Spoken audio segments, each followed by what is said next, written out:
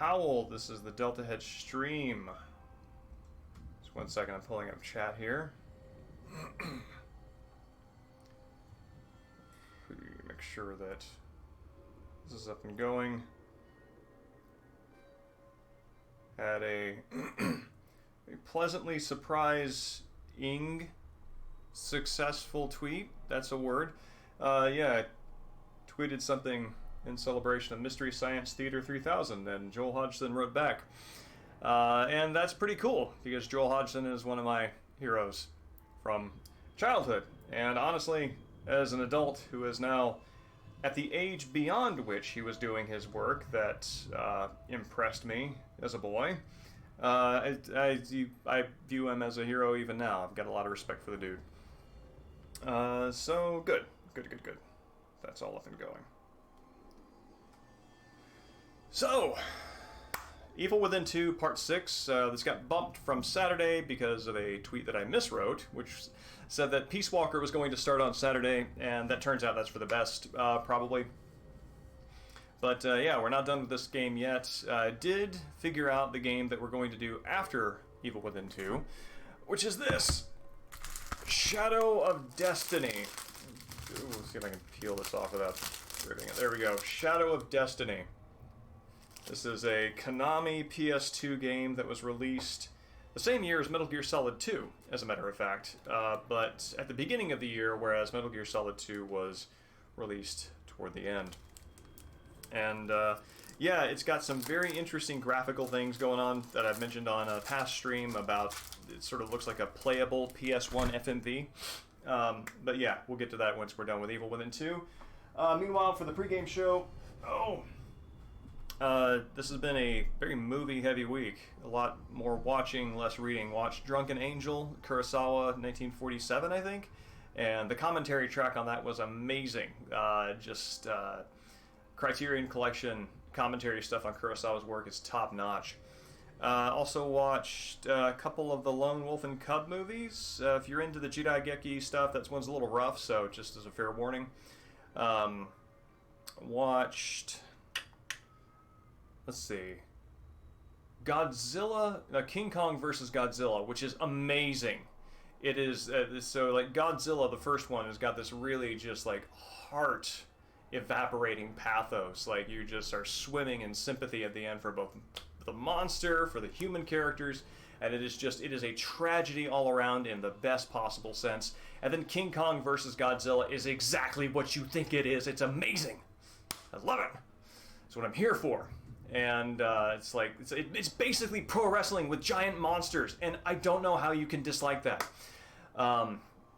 It also it's also this weird movie where apparently it was originally made in Japan, but then also then an American director came along afterward and then directed certain American portions that served as kind of like a narrative glue, and it's really weird. It's like the narrating conceit is that this is being relayed to you by a UN journalist, whatever that means. I don't really think you know who he works for outside of the UN, maybe, who he's broadcasting to, except maybe the UN, and why he's broadcasting this. Well, obviously, it's King Kong versus Godzilla. Why wouldn't you?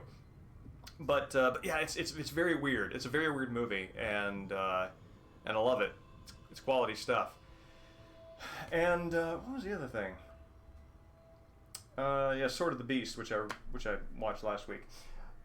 Upcoming things: Redbeard, which is I think Kurosawa's last movie with Mifune, so that's going to be interesting. A series of Yakuza films that is, let's see, Battles Without Honor and Humanity. Let's see if I can. There we go. Yeah, it's this is I think a 5-movie series. It's on Blu-ray, and I'm super excited by this. This is what I'm gonna be spending my birthday watching. 10 hours of this and eating pizza. It's a good time.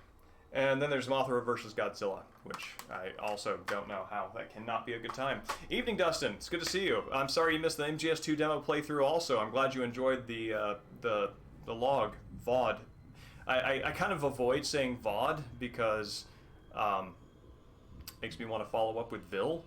And I don't quite know if that's the right pronunciation, but VOD feels weird.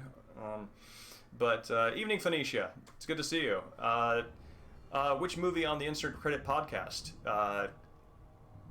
That I actually have not kept up with that particular show, though I semi know the folks involved from way back. And reading this week, continuing on with Terran Wanderer and Toynbee, Battles Without Honor and Humanity. Yeah, it's very funny. It's that's such a great title, right? Yeah, I hear it is basically got all the stock things of the Yakuza film genre. A lot of the tormented decisions between self-interest and honor, and just how to man up to your responsibilities and things like that. So these are the things that I like about the Yakuza game series, and I'm looking forward to seeing what it looks like in a 70s movie. So with all that there, I think that's a pretty good time to click over and start the stream. Give me just 1 second. Oh.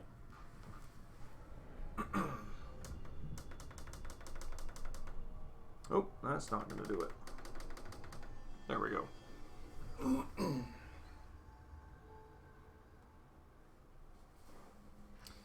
So, I believe the last time we were here, we met up with the other Mobius operative whose name I don't remember. But we met up with Theodore. Theodore's a bad guy. We know this now. He gets inside your head. That's the sort of mastermind dude he is. And we met up with the rogue Mobius agent who's helping Myra. And Kidman, that's it. And yeah, that's where we are. Just picked up a frostbolt. I remember that. So my podcast consumption is lower than I would like it to be. A lot of great people with great thoughts and feelings out there that I would like to be exposed to. Let's see.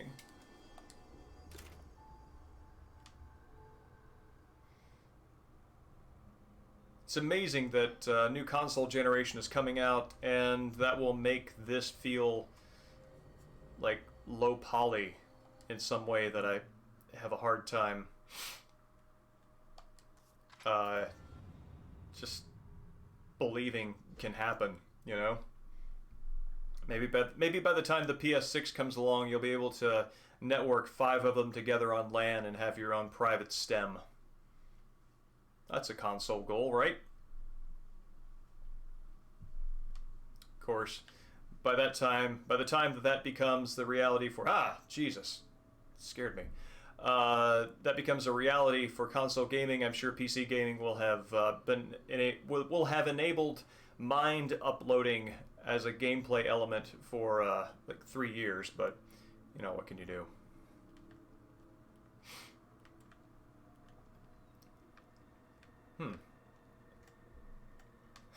I too opened cans of vegetables, cleaned them out, and then stacked them next to each other. I imagine they are awaiting pencils. So I don't think I cleared everything out of here that I can grab. I'm gonna hunt around for that. Really? Puts it at a locked 60 FPS. You can do that. It doesn't drop. That's awesome. Yeah, the closest I think you can really get to that consistently on a PS4 Pro is to... Oh man, I drank the coffee last time. Is to just unlock the frame rate so you allow it to reach that height. Let me ask you a few more questions before I go. You said Myra was supposed to stay behind to take care of Mobius. How? By using STEM against them. Everyone in Mobius has a brain chip implanted in them that allows them to enter STEM without being affected by it. The chip allows them access and benefits that normal citizens don't have. And you let them put those things inside you? It's not like we were given much of a choice. Myra was supposed to send a signal back through STEM that would neutralize every member of Mobius via their brain chips. Basically like a mass remote control lobotomy. That's one Wouldn't way that to also solve the be problem, I guess. quasi-suicidal for folks like Kidman who also have those who also have those chips in there? Seems like, I mean, high risk, high reward, right? I can't believe Kidman's behind all this. She sent me into Beacon. She stood by while Lily was put into STEM. It doesn't seem like her to betray them. You're an outsider, Sebastian. You don't know what Kidman is really like. She had to keep her true self secret all this time so that she could get close enough to strike. But why now? Why not when they were building the new STEM? We need STEM to send the signal to take Mobius down. When Lily was chosen as the core, Myra and Kidman decided it was time to put everything into effect. The way things are going now, this could be our only chance to pull this off. So how did Theodore Wallace get mixed up in this? It was Theodore's idea of sending the signal through STEM. Now that I think about it... I feel like Theodore's a good name for a cult leader. Damn it. It's got that kind of Trustworthy. theology That guy's slippery feeling like a there. snake. But that's his game. He can convince people of anything. He convinced us that he was here to help us. Yeah, I've known people like that. They always seem like they're your best friend until they stab you in the back. That's such a funny sentiment for Sebastian to have. I don't think that outside of Kidman, we're not really privy to any of his other betrayals alluded to right there. So it kind of almost has kind of like a vague booking feel to it. One minute I was in a tidal wave of blood in Theodore's hellhole. The next thing I know, I'm in that house with you. I still don't understand how you found me. Me either. I was scouting the area around my safe house for supplies when I heard a girl's voice coming from that abandoned house. I went to investigate. No girl, but you were there. It's almost like I was led to you. A girl's voice. It had to be Lily. But how? There's no telling how or why things happen in here. STEM was already unpredictable before she escaped. But now, I stopped trying to make sense of things a long time ago. I don't think I've appreciated till now explicitly how they really make these stand and talk moments more dynamic just by taking the camera and adjusting the position around the faces. Kind of makes it look like a filmic technique of people chattering back and forth.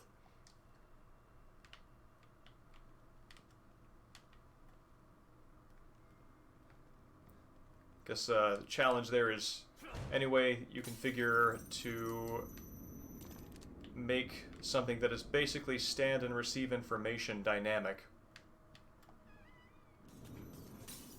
Let's see, I should have enough to upgrade some things here.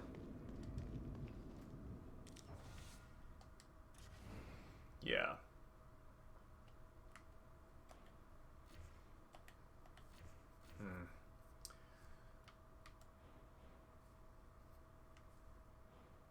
Explosive bolt, what are we looking at here? That's 1,000. A little more than I want to drop into that. I think now that I've got my handgun at critical, I don't think min-maxing makes a whole lot of sense, so probably best to distribute all this. It's absolutely worthwhile.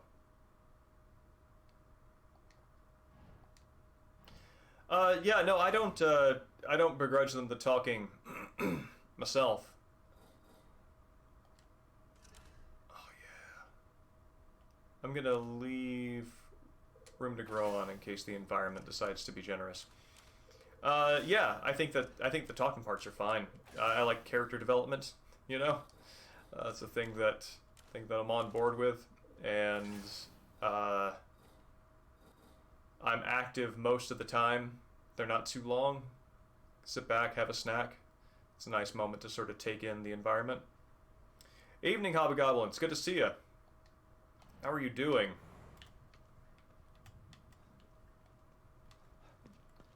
I will tell you, Hobgoblin, thought of you earlier today because for no reason whatsoever, I remembered KZ-106 as the classic rock station of the Chattanooga, Hickson, Red Bank area, and I was like, who do I know that would know who KZ-106 is? And I was like, oh yes, Hobgoblin would. So yeah, there's that. Something I remember from years and years ago that just pops up without beckoning in the memory. Let's see. Bottle break. Sneak more, sneak better.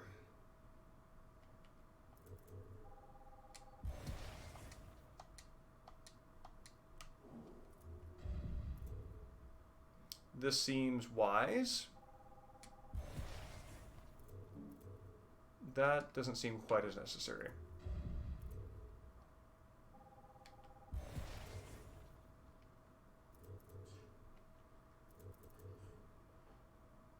Ability to kick stunned enemies away from you. Use on different types of enemies. Yeah. Let's just kind of spread that evenly. Yeah, same. Alright, locker keys. Oh, that one's done. I don't listen to the radio a whole lot myself, but when I was a kid, that was what I asked my parents to put on.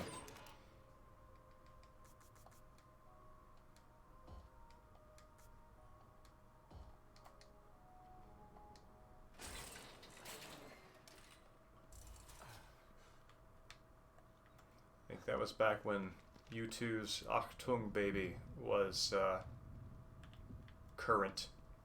Oh, speaking of that, here's looks like a CD boombox with a. Is there a cassette player on that? It's hard to see, but it does have a radio antenna. I don't know if they still use radio antennas.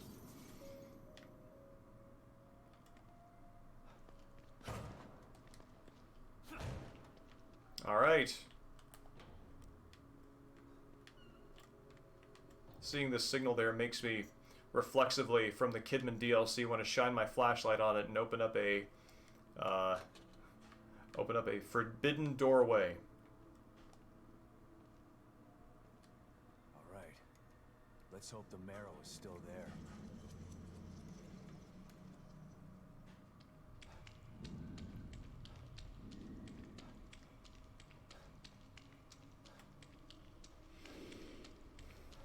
So by now we've gotten past the point of no return. We cannot go back to either of the previous areas. I feel like meeting up Esmeralda, that's her name. Meeting up with Esmeralda is really this sort of break between the open world design of the first part of Evil Within 2, and now it's a streamlined experience. So the game's design, kind of top to bottom, kind of makes me think of a funnel. All your possibilities constrain, and now you're just going straight to the end. Achtung Baby's turning 29 years old tomorrow. It's brutal.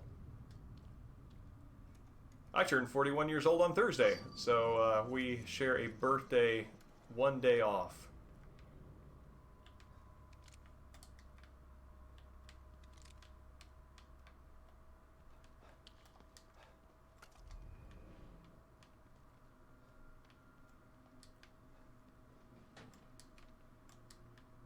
Yeah, I remember I liked U2 a lot when I was a kid.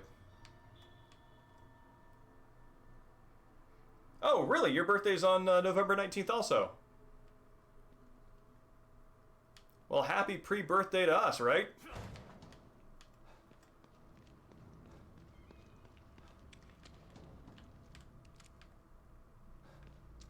Oh man, I wish I had these nails when I had access to a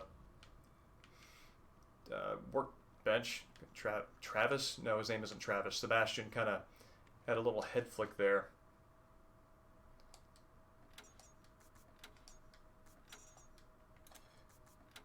Any birthday plans, Hobgoblin? Oh, that's easy.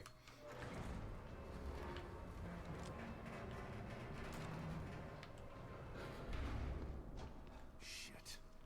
Looks like Theodore's been here. Maybe that's why I couldn't contact O'Neill. I really dig I should check up on her. the way they do this. I like the fact that like pools of blood and these candles are evidence of Theodore's corruption, rather than sort of like organic, slimy intrusions or you know, protrusions from the walls, which you're kind of getting at there, but that looks like more like dried cement. And I just like the notion that altars are elemental in the same way that you know, like fleshy pods that show contamination are. I think that's very interesting.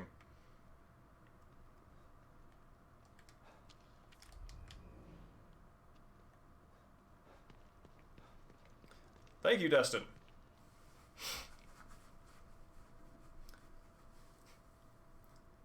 Oh, well, funny you should mention that. Yes, COVID has stomped any chance of plans. Unfortunately, I will not be getting together with friends this birthday, but not 100% parallel, but like enough. This is my birthday plan. I'm going to be watching all of this, which is Battles Without Honor and Humanity: The Complete Saga. Basically a 5-part Yakuza movie series that I hear is a very good representative of the genre, and so I'm pretty excited about that. So yeah, we both got birthdays on the 19th and Yakuza plans in hiding.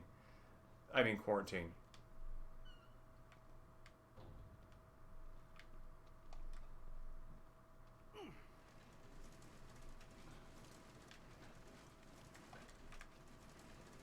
There's also going to be pizza in there somewhere.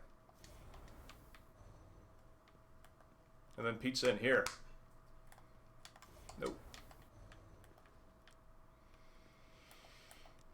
You know, one game I would like to acquire, and shall, to use that weird double modal, is The Ring for Wii.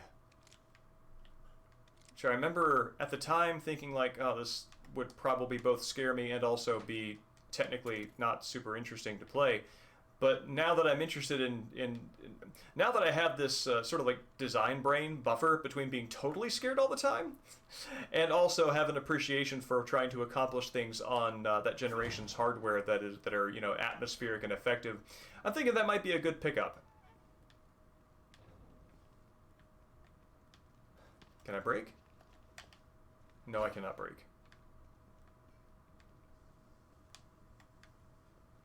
Ugh. Well. Wait, is this my safe house? Hoffman? No. You here? Oh, weird. Okay, right. I'm approaching the marrow from that direction. Got it. Another one of these. What happened here? Huh. Weird. Unlike other instances where it lets me approach that on my own, this one actually forced Sebastian over there and then automatically brought up the radio. That's on the other side of the laboratory. It's a restricted area. We were told never to go there. We don't have clearance. Oh, hey, this one's animated. How did you... Okay, I understand. Yes, I'll meet you there. Just be careful. O'Neill left his safe house to go to a restricted area of the marrow? Doesn't sound like him. Time as a concept inside STEM has always been tricky, but the disappearance of the core and the collapse of Union has amplified this tenfold. The changes here have become even more pronounced since Sebastian left to confront Stefano. I'm afraid that he must have failed. I've been keeping a close eye on things via the security cameras. Not only is Union changing...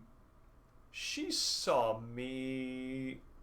Right, okay, after I defeated Stefano, I teleported to Esmeralda's slice of the world. So, Hoffman doesn't know that I survived. Corruption has spread to the marrow itself. It's changing, shifting. Items appearing seemingly from nowhere. Yeah, random spawns of monsters and items. Again, this sort of reinforces, in my mind, a reading of this as the kind of video game experience that Sebastian as a character is sharing with me as a player.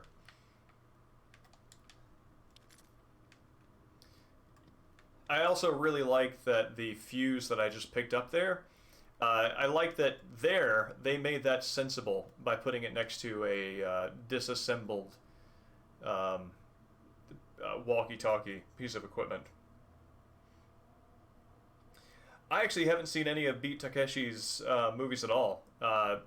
Been indulging on Jurageki movies and am just now broadening my horizons to Yakuza films and more deliberate attempts at getting into kaiju movies. Most of my kaiju exposure comes from MST3K, which, to be fair, is absolutely legitimate.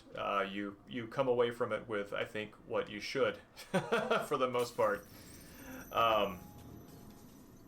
But seeing it unvarnished as an adult who has made things and also appreciates the difficulty of making things, both in concept and in actual practice, I'm looking forward to. I'm enjoying the experience greatly of thinking why do they do it that way? And not necessarily from a position of incredulity, but from appreciation that the combination of creative vision plus challenge is not always readily visible.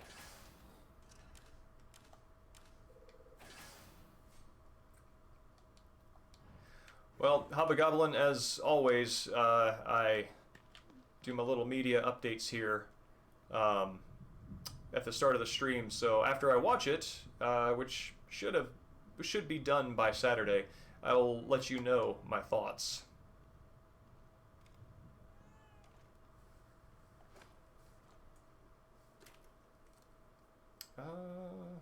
Yes.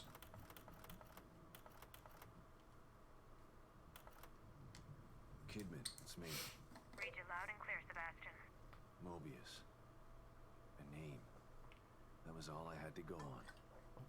Every weird. I pursued led to a dead end. Ruvik's Now I find out that they're everywhere. brains Hidden in plain container sight. card. I don't understand how. I told you before, you don't find Mobius unless they want you to. They've been around for a long Shin time. Godzilla was recommended to me by a buddy after I was gushing over regular Godzilla, and a lot of really good stuff has been said by that. I'm looking forward to picking up Shin Godzilla as well. But the original one, if you just think of that as a movie on its own, without it being the foundation of a whole bunch of sequels of wrestling monster movies, it has a very profound weight to it. They hide in the shadows because they know what they're doing is evil. If people knew the truth, they'd burn Mobius to the ground. Actually, Sebastian, you'd be surprised what people will tolerate, even when they know the truth. Who would believe them? Yeah. The easiest way to hide a conspiracy is to make people think there's no such thing as a conspiracy.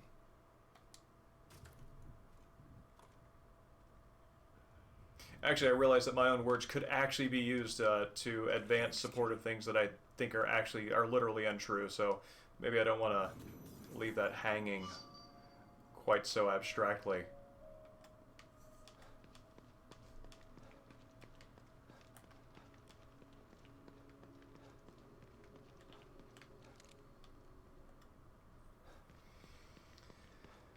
You know, the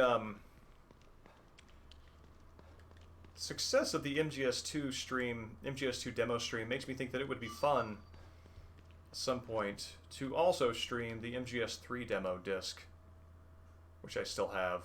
Actually, it's also got a demo of Rayman on it, and also Silent Hill 4: The Room. Man, that was a good bunch of games about to be released at that time, right? Oh, Jesus.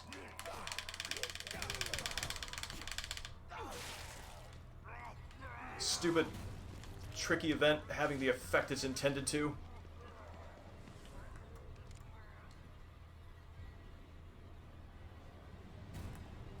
How do I... Okay, I'm trying to...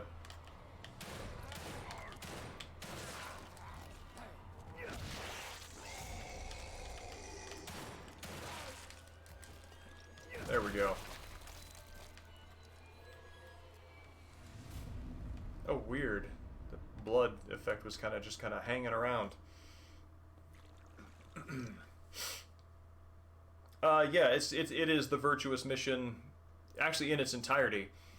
It ends at Sokolov and is entirely in Japanese. and some of the mechanics are a little bit different, but it's mostly the same. They also just throw a ton of weapons at you, so you can get a feel for how fun the combat is. Which is actually a strange thing now that I think about it, in a game that is ostensibly about stealth, but then again, once Snake borks it in Virtuous Mission, they do ask him to make a lot of noise to let him know, to let the world know he's there.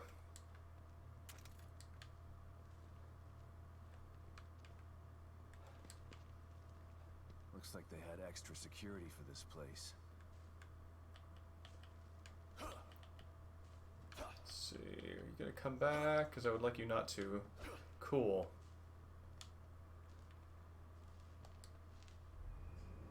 I like the idea of Sebastian just kind of like very awkwardly leaning over and trying to read this. Due to the sensitive nature of the experiments being conducted, the laboratory is only accessible to Mobius operatives with the proper Unity cerebral chip designation. Wow, they made STEM in Unity. That engine's getting around. Please observe all security protocols when entering the laboratory and be aware that your clearance level also binds you to top secret non-disclosure tenets as outlined in your enlistment contract. That seems really deep into Mobius to continue to remind them about their NDA. Any operative attempting to access the laboratory without proper clearance will be subject to corporate Mobius bylaws. Mobius bylaws. Wow. That's, that one little phrase says a lot. It's very interesting. Anything here?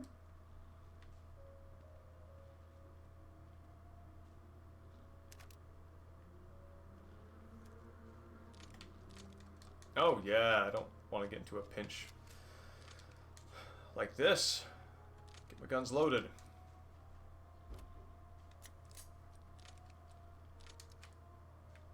Alright, is there something back at base I was going to do? I don't think so. Oh, this is cool. This isn't the RE4-2 that the Evil Within 1 is, but this gives me RE4 laser hallway feelings.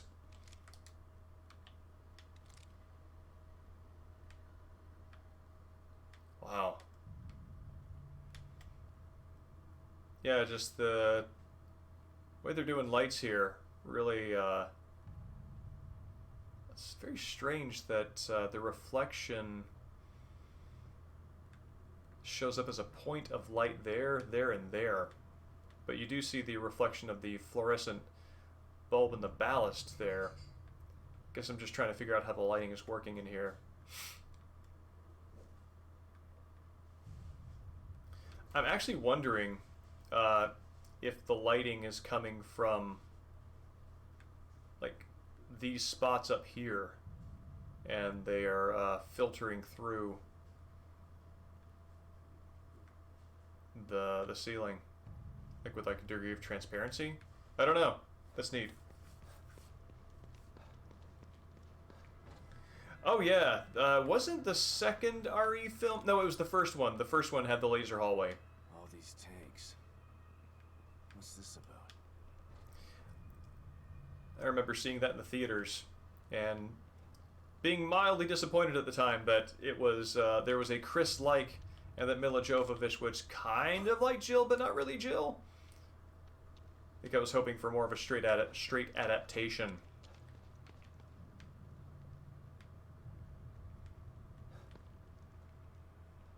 Now, however, I do appreciate that. Oh, gross. Blood buckets suspended underneath. Oh, weird. I thought the buckets were there to catch stuff kind of sifting through that perforated table, but I guess not. Yeah, no, I appreciate them as their own things now. I think that was back when, that was also back when Remake was coming out for the first time on GameCube. Can't believe I'm saying Remake for the first time. And the Resident Evil canon was still compact enough to be comprehensible, maybe even explainable over the course of the same meal.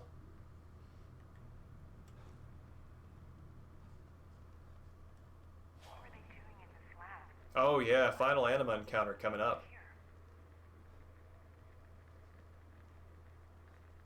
Unity cerebral chip detected. Entry authorized. Entry denied. No Can't Unity pass through cerebral without chip one of Oh those crap. chips. Damn, gotta be one around here somewhere.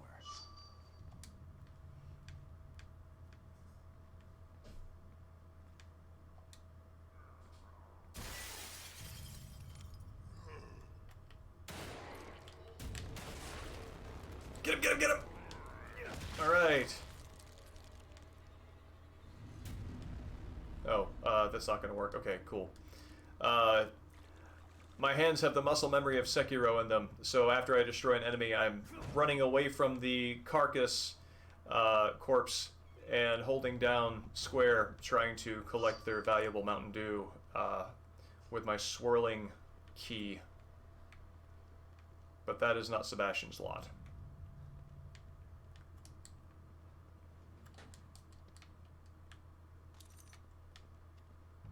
Though it could be if key were, in this case, some sort of replacement for, you know, repressed trauma.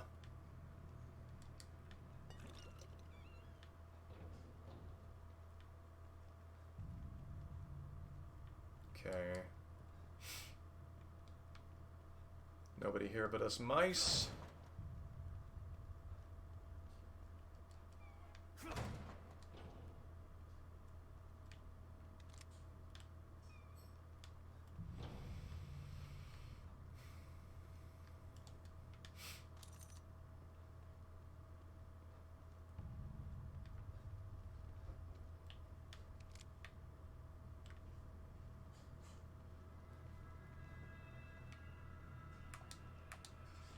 So, nope, nothing moved there.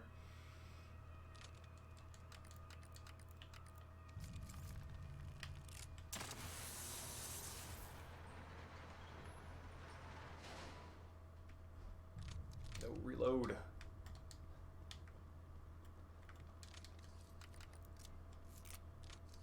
Did it? Yeah, it did.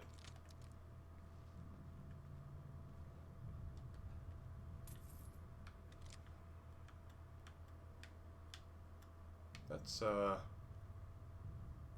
no, that looked like a jaw, but it's just like a brain pan. Oh, gross.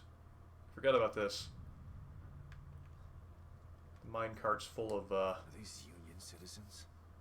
bodies. What's Mobius doing with them?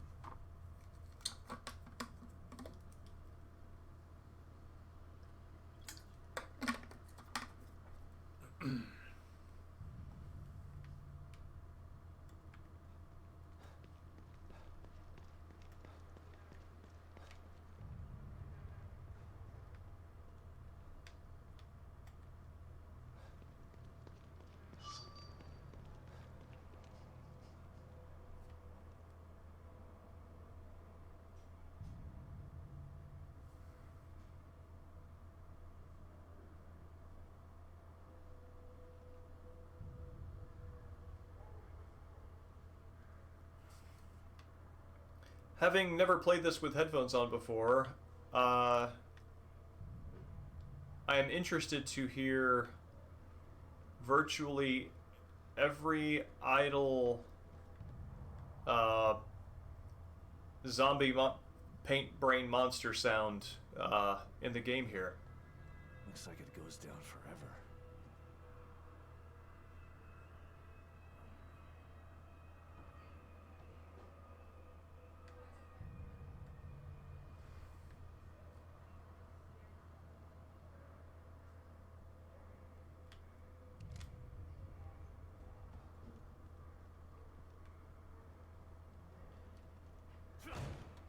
It's interesting.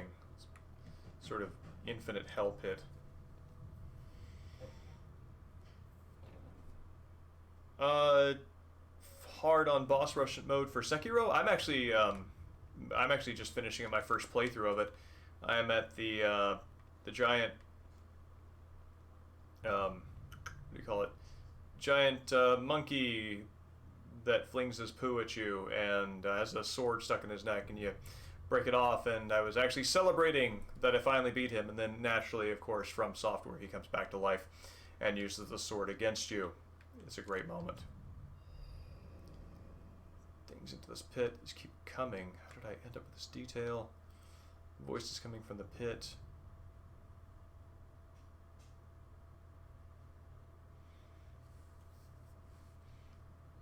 That's interesting. He doesn't suggest that he hears the music, which might only be a hallmark of anima in Sebastian's mind.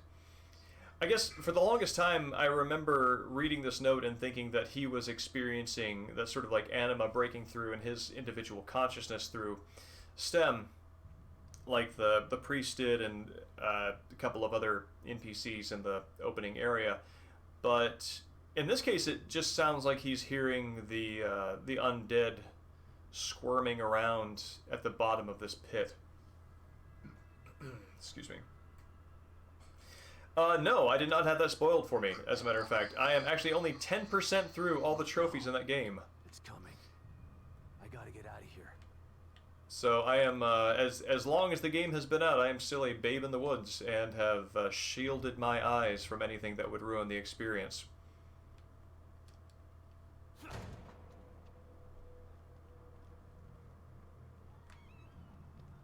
What I can hear down here.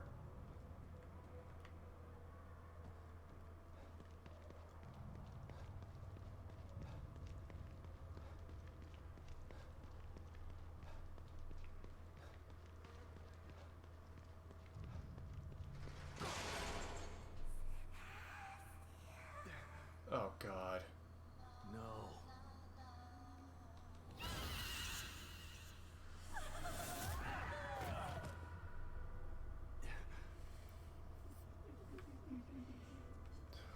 God.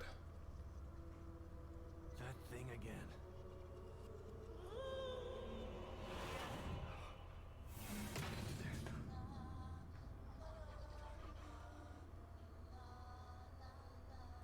I don't think this is an intentional reference, but this, her placement here is very evocative of the angel that's in the center of the rustic town in the first game. Let's see.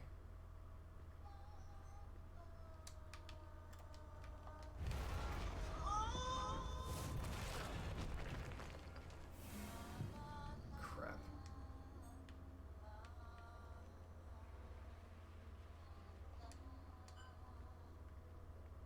No, no, no, no, no!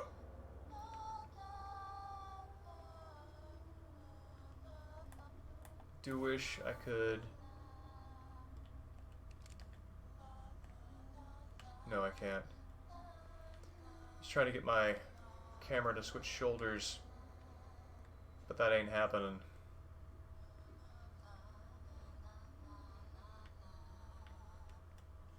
Okay.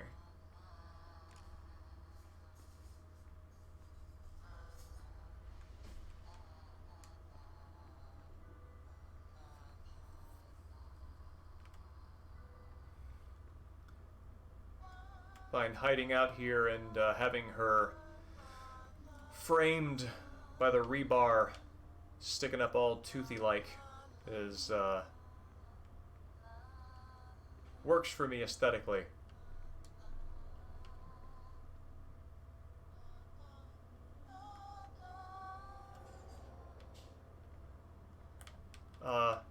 Crap. Where am I going?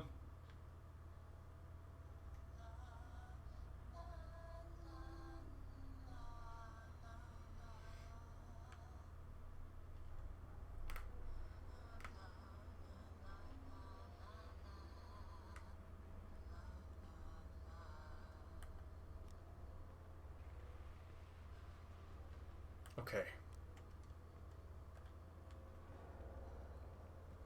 Oh, there was a passageway up there too. Oh. There's my me.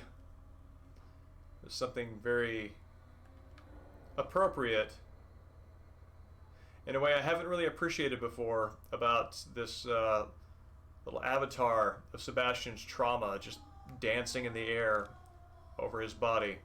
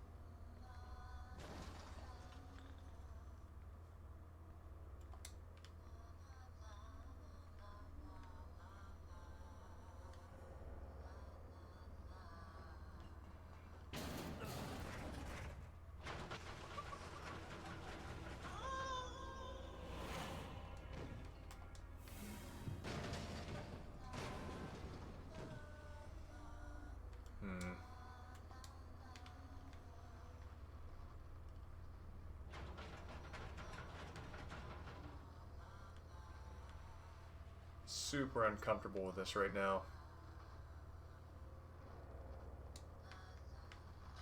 No! Why would you do such a thing? Crap. We're dead. I pressed circle to get him to pull off of the wall, but apparently there was a little carrot that I didn't see on another surface that happened to be right at Anima's feet that Sebastian decided to run to.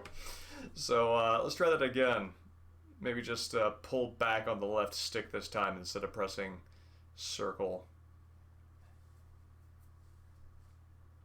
Evening, Iceman Dan. Yes, it's good to see you. It's pretty scary. This Anima resembles Laura enough that she is very effective as a scare ghost for me.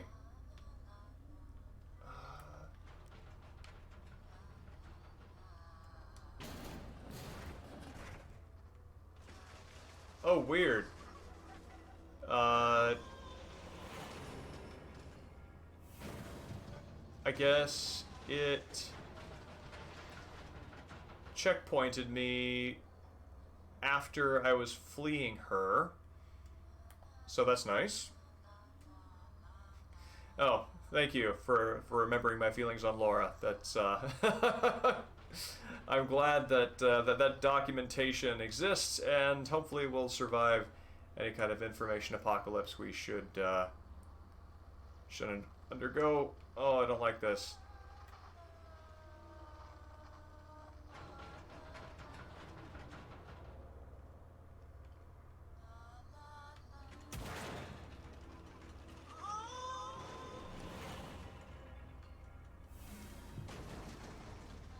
Jesus.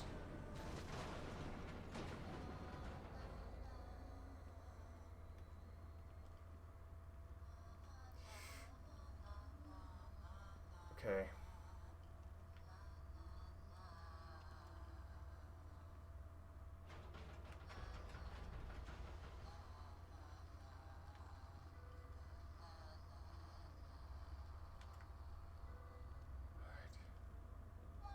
All right. Okay. Alright. So she's going to turn around and she's going to face the exit that I need to go to. She's going to go in front of that machine there, whatever it is, and pause. And then when she goes to that pylon, where she currently is, but earlier in her cycle, I'm golden.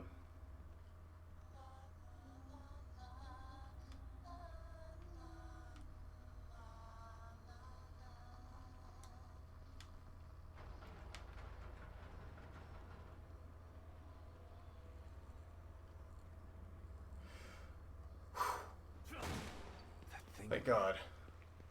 Why is it after me? What does it have to do with this place? Oh, I realized that given the new stream layout, this is the first time anybody on the stream is actually seeing the HUD at the upper left. So, hello HUD. Welcome to the stream.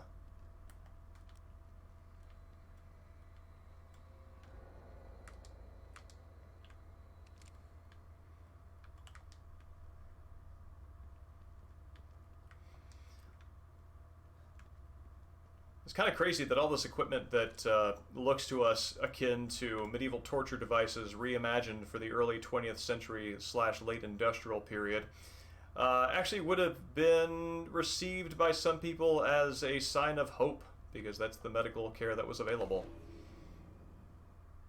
Oh, hey, it's today, but 6 years ago. Jim here, just a quick note to give you an update on the Castellanos Beacon situation. We're sending Sebastian in for mandatory counseling. Needs to be kept under wraps, and the good detective is our only loose end. We have many operatives, not enough to ensure total blackout. Staff psychologist, who we saw in a flashback earlier, is on the payroll. So yeah, they're gaslighting him to mess with his self-confidence.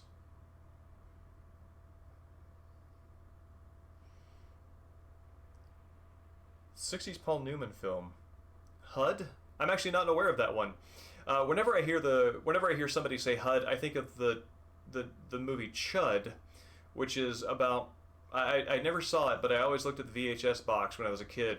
You know, while my parents were like doing grocery shopping, I would be in the rental aisle looking at the boxes, and Chud apparently is an acronym. I never learned. I don't remember what it was. I never saw the movie, but it scared me. So. Yes, HUDs are frightening things. Poor son of a bitch is obviously having trouble dealing with whatever happened to him in there. I almost feel bad for him.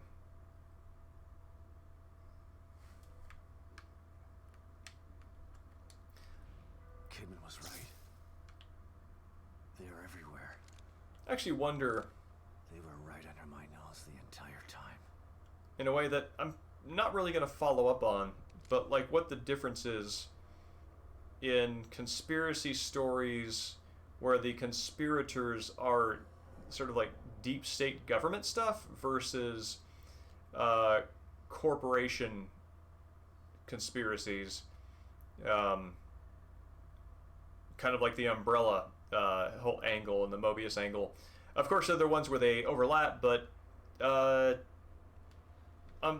Resident Evil Corporation conspiracies kind of involve government entanglements, but this one is entirely private enterprise.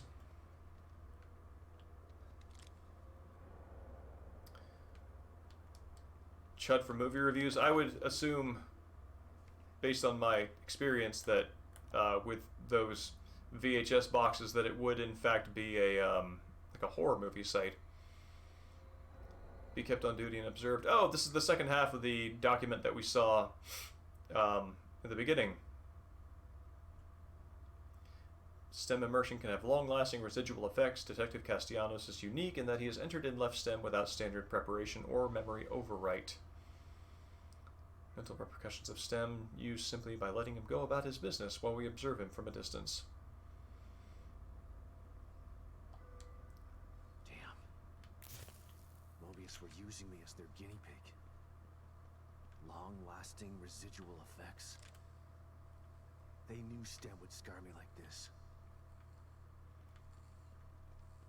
When I played through this the first time, I found my my reaction to be a little different than I normally would anticipate for a story beat like this. Sebastian's realization that that he was right all along and that they were just gaslighting him.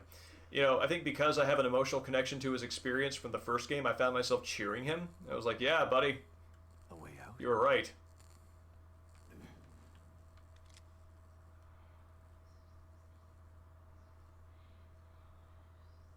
And this is this little hallway right here is very meaningful for me as a critic / appreciator of this game, because kind of my thesis in the Memory of Fire essay is that Sebastian and the player have a relationship where the player keeps reenacting Sebastian's trauma from the first game, and so by continuing to have this link with the player through the Evil Within 1, Sebastian will never really sort of heal.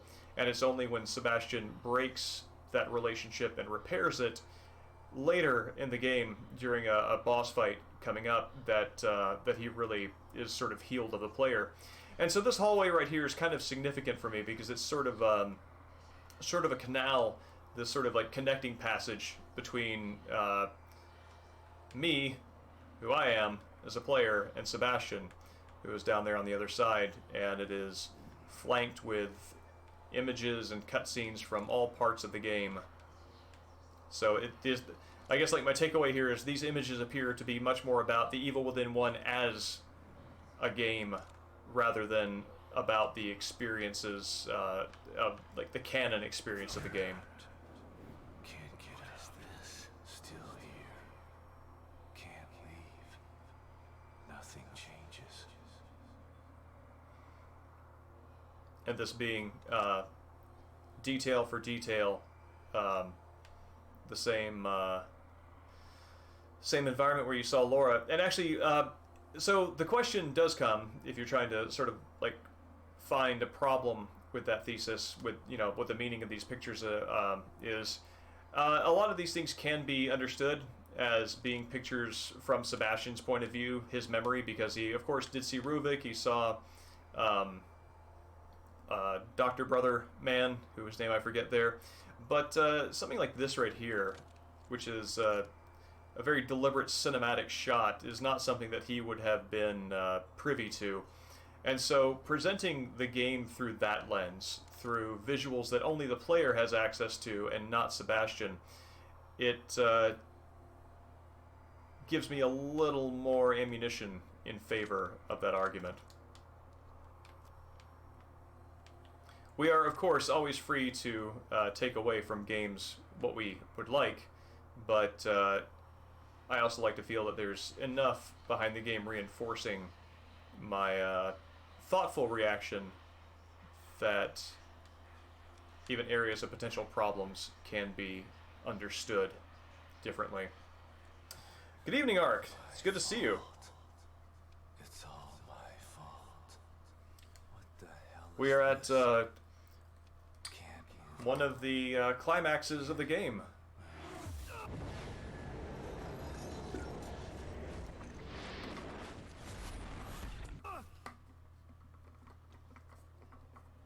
The source of my pain is me. Yeah, I love this moment. The part of me still stuck. This is also, I've got a couple of compare and contrast images from this, but Sebastian pointing a gun at himself and shooting himself is but without an you, image that actually comes from the first game in what appears to be kind of a trippy moment.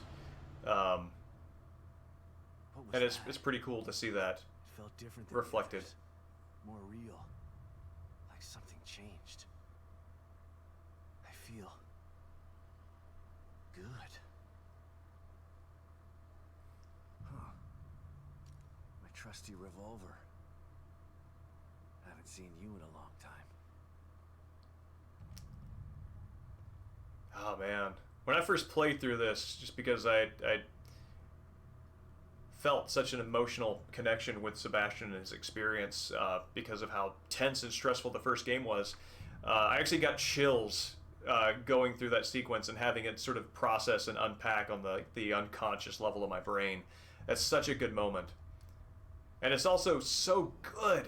It feels so good to have a horror game whose horror elements are not alleviated, and also to have like a real positive moment for a character that is not taken back. I mean, it's challenged, but it's not by Theodore, but it's never undermined, and I really appreciate that.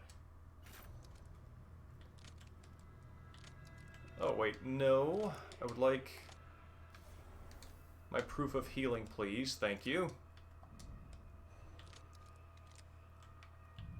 Yeah, it's so good. He's so cocky, like firing it without pulling back the hammer manually, one-handed. It's really good. He's also, actually, this has extra meaning now that I think about it. Or if not extra meaning, it weighs differently. The fact that he is holding his old revolver, which is kind of a symbol of his old strength, exactly the only thing that he ever really had to fight back against in the first Nightmare. And he's holding it using the hand that is bandaged with the scar, that little spike scar that shows up on your hand when you've entered STEM and have been plugged in. So there's something there's something very appropriate about matching those two images. Man, I love this game.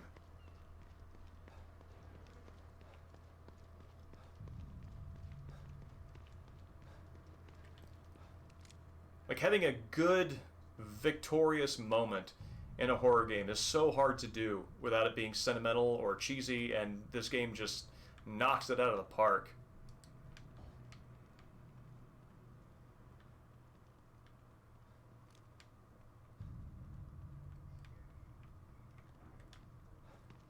Like, there's a very big part of me that, you know, I want everyone to love something as much as I love that moment. And I hope you do.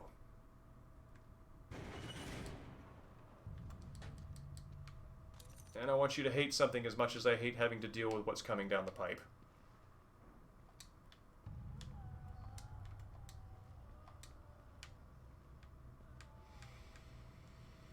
Alright. Doing alright? Doing good?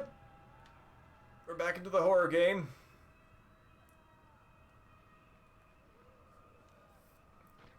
Redemption is internal and fleeting. Jesus.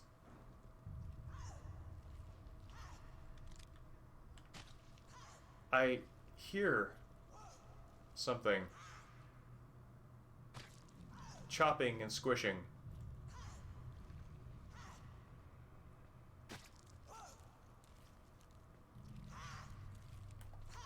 Alright.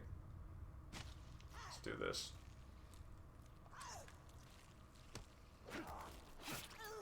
Oh, hey. That's a stealth kill animation I don't remember. That's pretty neat.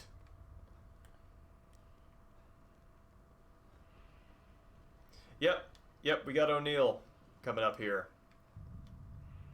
Hoffman's out there trying to talk sense into him, and he's furying it up.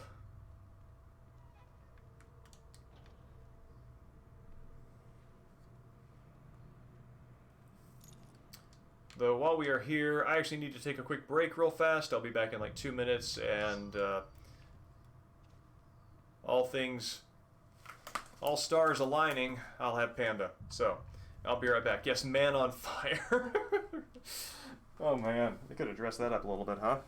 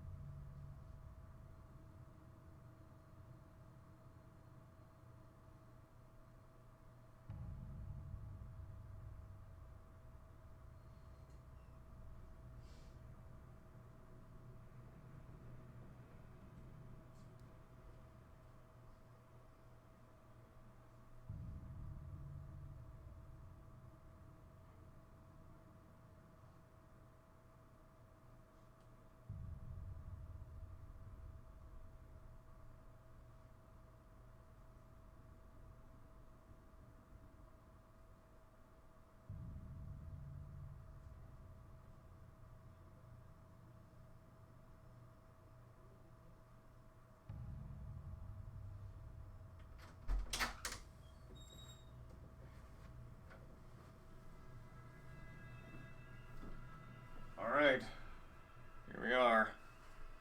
This is the moment that everyone lives for. Except maybe Panda. I don't recall that showing up. Anyway, here's our boy.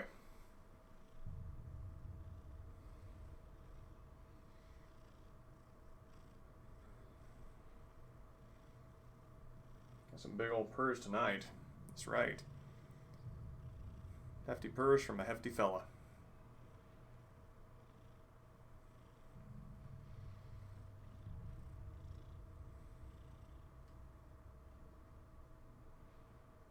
You camera shy tonight? Oh, hey, buddy.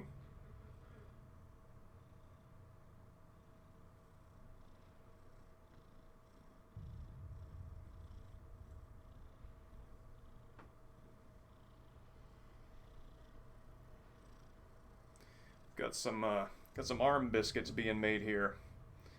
Quality mane, quality paws. Quality fella. Thank you for your service tonight, sir.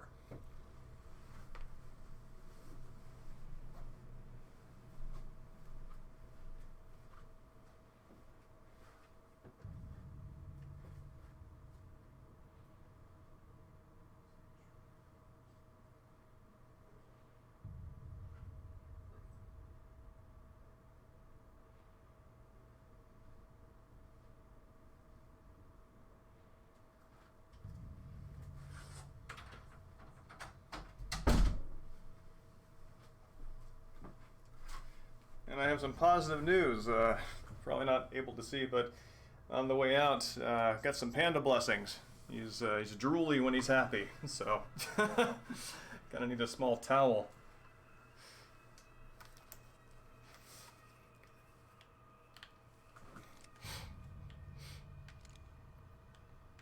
That's interesting.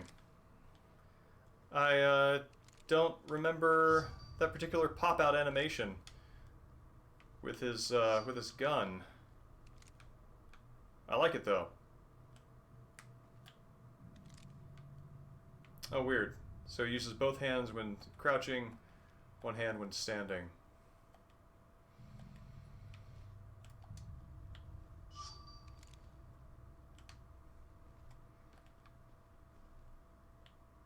What the hell is that? Just stray viscera in the lab. 20% of Union's populace has become. Our efforts have been in vain. The Corps escaped less than a day ago. Within hours, we began to receive reports of lost emerging in staggering numbers. They're everywhere now. 20% of Union's populace has succumbed already, and they're actively hunting down and killing whoever is left. It's a nightmare. At this rate, there will be no one left in 2 weeks. We've lost contact with Mobius. We're trapped in here. With the lost. It's too late to stop now. The entire Union experiment is doomed. We're all doomed. I'm sorry. Who is she talking to exactly? And I ask because, in the absence of a specific listener, I think it is interesting to think that a Mobius researcher knowledgeable enough about the way this place works could like trust that the fabric of STEM is rending in such a way that they can make little recordings on the fabric of reality like that. Pop, pop, shadows go pop.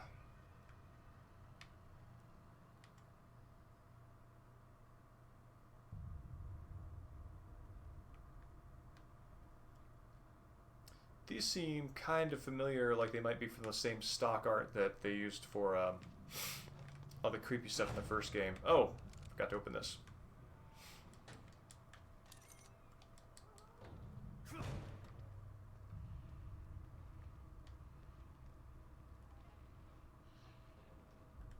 Oh, man.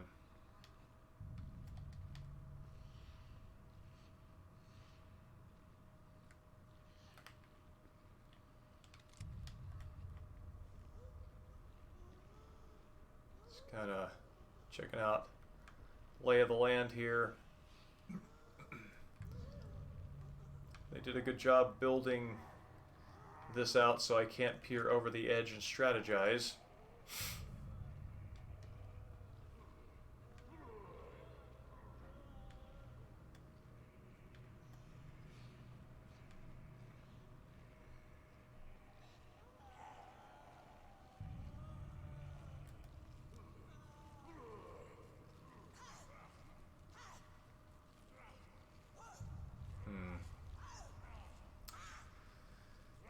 think I might have lost my chance for a stealth kill.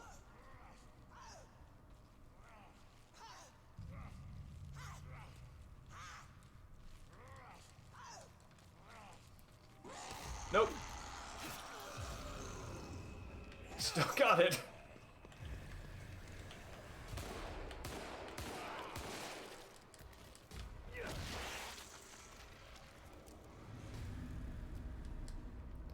But, man, that swipe took a chunk off my health there.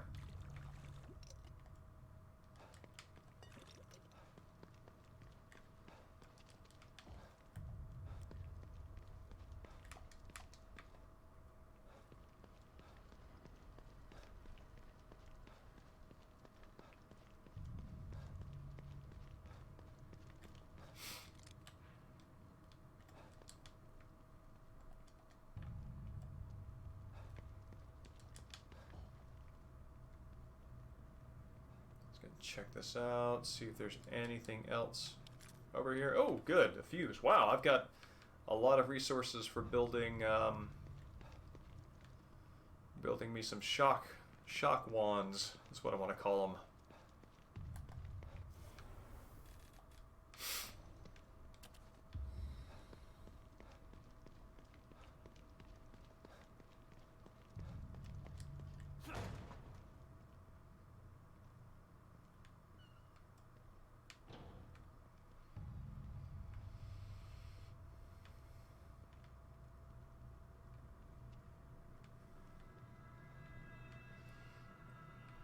I think that this moment in the game is fine, and I'm not suggesting that it change, but I am noticing that in any kind of horror game, when you go through a morgue and everything seems to be, you know, nice and not living, the first time through, you know that you're going to be attacked at some point on your way out.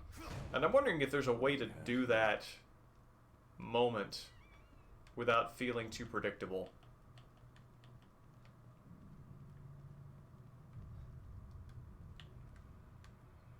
Oh, 0602 RKBD. Oh yes, Arc. I actually corrected that manually in my head, or automatically in my head. Lost phenomenon has spread to Mobius operatives.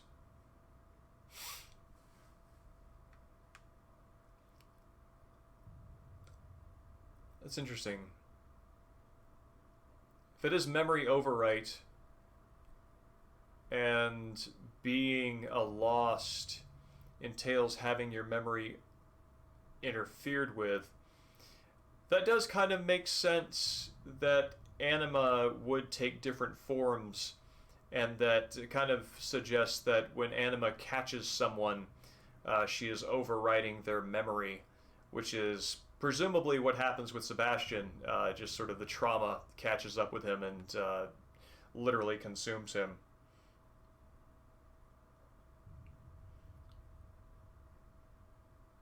One way would be to activate the spinning music and circus blades. Well, that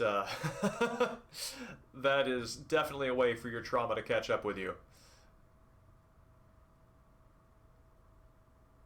Keep the predictability, surprise of the outcome. Oh, I'm sorry, you were talking about the morgue thing. That makes sense. Yeah, no. Yeah, surprising when the known pounce is going to happen would be a way of varying that up. Exposure to so many lost corpses in the pit made him susceptible to whatever is causing this. I'm wondering if this is the same, just in terms of the environmental storytelling, if this is the same Mobius operative who wrote the pit memo, who was talking about voices in his head. 0128. If they haven't removed this guy's chip yet, I can use it to get through that door and find Hoffman. Oh, excuse me.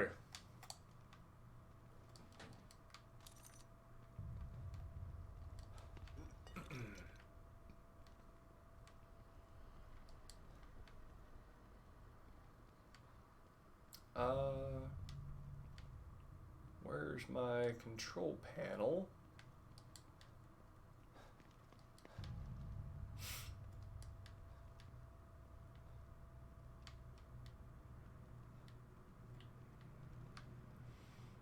Feeling a little daft right now. So I'm looking for a number pad. It's gonna do the thing I need to do.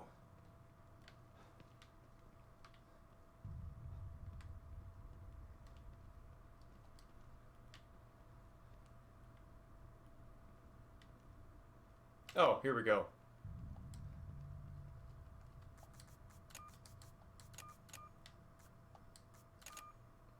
Okay, let's see what happens. Super gross. Oh, man. Ah, gross. Oh, they even make it go slow.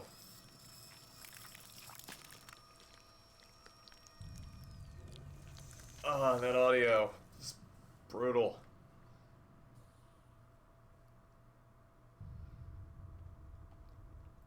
Also the notion that I guess the chip just leaked out with his vital cranial fluids. Oh, thank God he's already dead. I gotta get out of this lab. Right?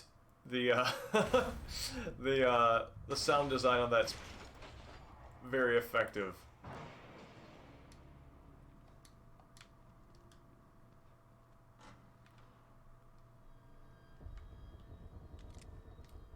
Well, actually, to the credit of this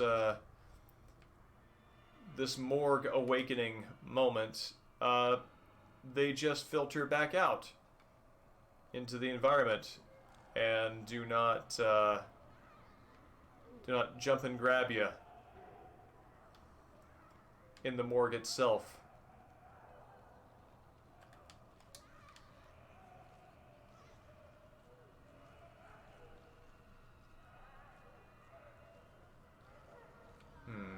Nope, don't think I'm gonna do that.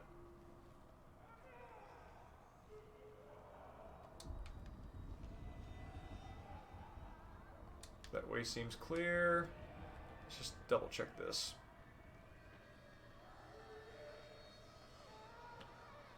Alright, cool.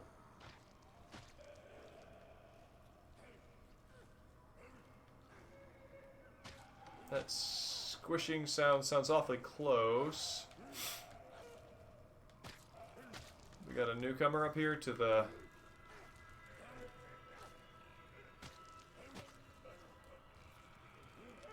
This body... Nope, that must be downstairs.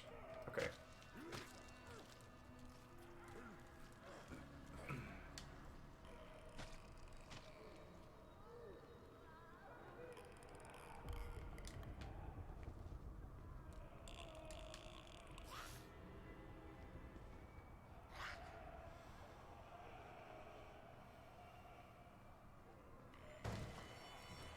Ah, God!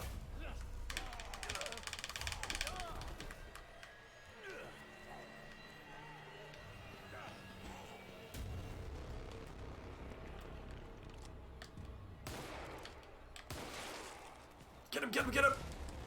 Alright. Oh, weird. Floaty goo.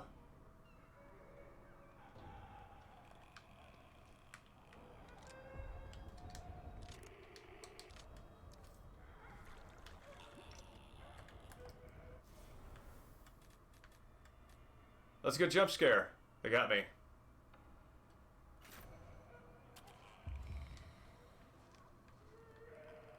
Alright. This is like free chill right here.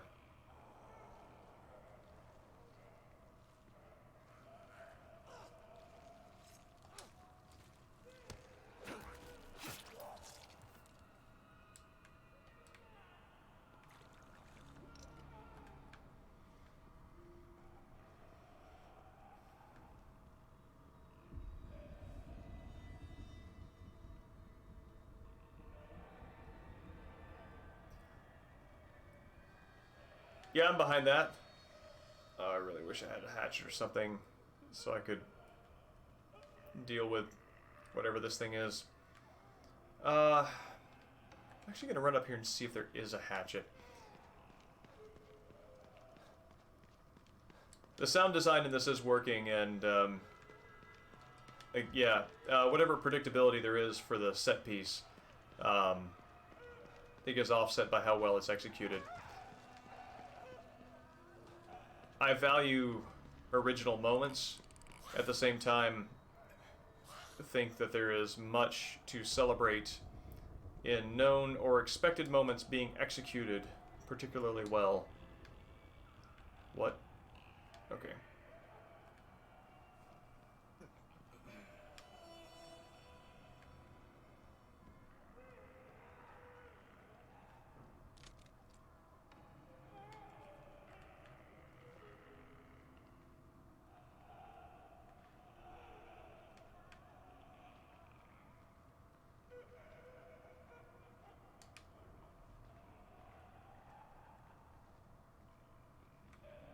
Okay.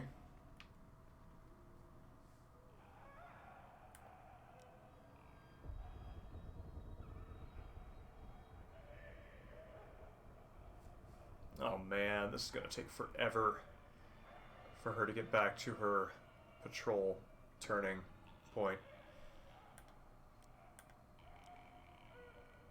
Oh, or maybe not.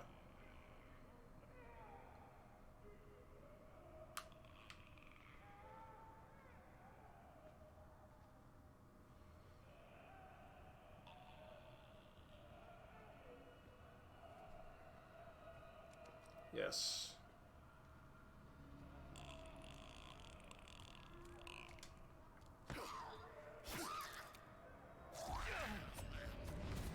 No, no, no, no, no, no, no! Which way am I going? Oh, crap.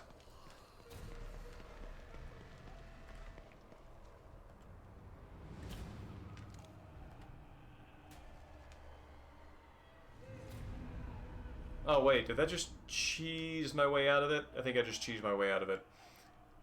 Well, okay. That'll still save ammo for, Liam.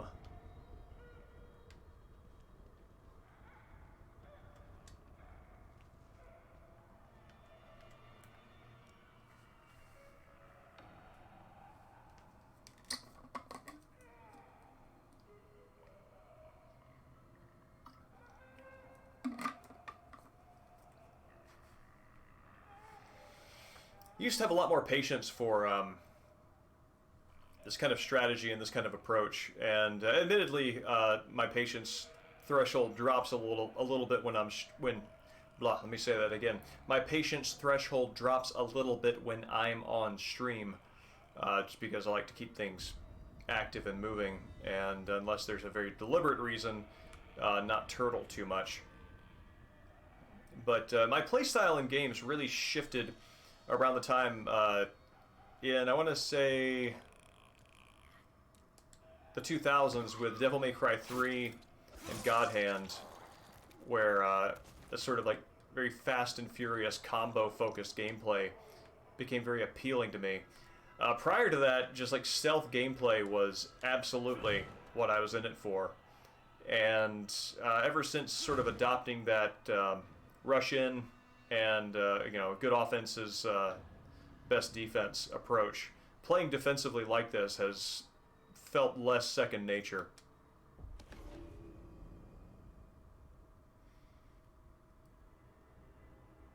Even more obscene, they are mutating into forms that can't be considered humanoid. They've lost any semblance of humanity altogether. We dub these affected citizens the Lost. We have determined that the last phase before metamorphosis involves the belief that they are being pursued by some invisible but inescapable force. Once they have succumbed to this force, their transformation begins. Okay. So, yeah, so anima is not unique to Sebastian as a phenomenon, but that is a unique form. It is memory overriding identity. Yes, that is what it is. Well, Ark, I hope we get you back before the end of the stream, but if not, I hope you have a great day, and I hope you fix that tech, and I absolutely hope you get that coffee.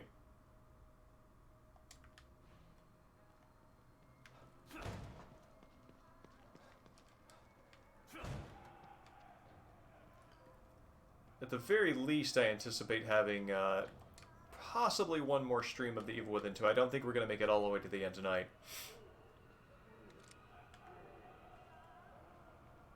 Alright. Gonna play smart.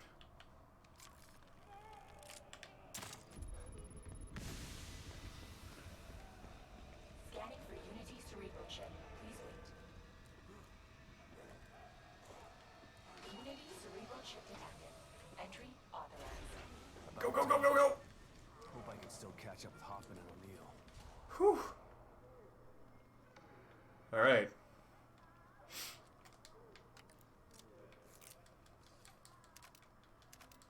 Thank you for the generous restock. Oh man, we're right in O'Neill's territory. I thought I would get like a save point or something, but I guess not.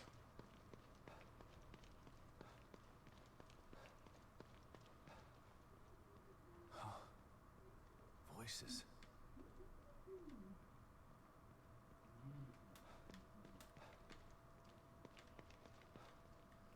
Actually, I now find myself wishing I had gone out of my way to make more freeze things, because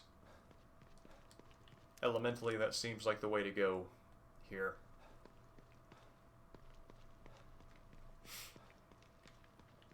Though to this day I cannot see one of these, what's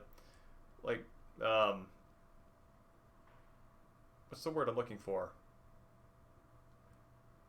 Not dry ice. Liquid nitrogen, that's it. I can't see one of these liquid nitrogen containers without thinking about Leon Kennedy's animation in Resident Evil 4. Alright, so those are the sprinkler systems. In Resident Evil 4, where he steps up and just like pries it off the wall for the predator-like alien.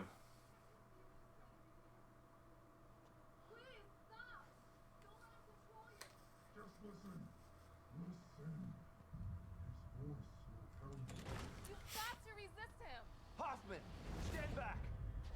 No! He doesn't know what he's doing! Ugh.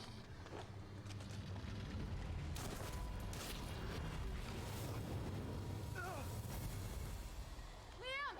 Don't! What do you mean, Liam? Stay back!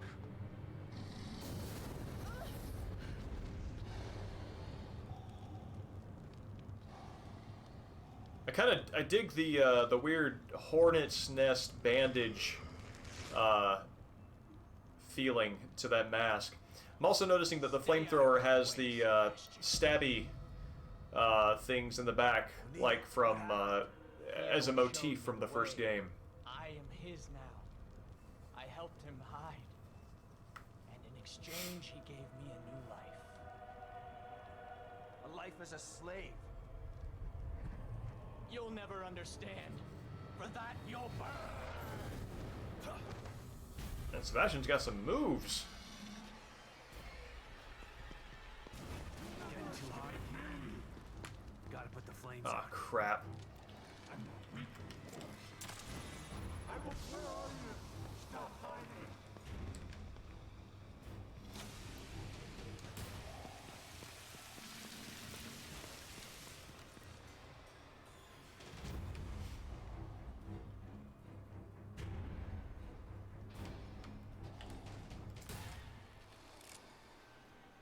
You won't get out of here.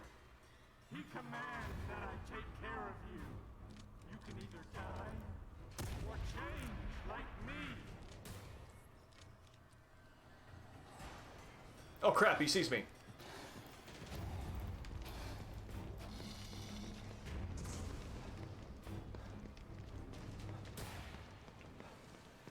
I'm sorry, Master. I won't let him get away. I promise. Where's our boy?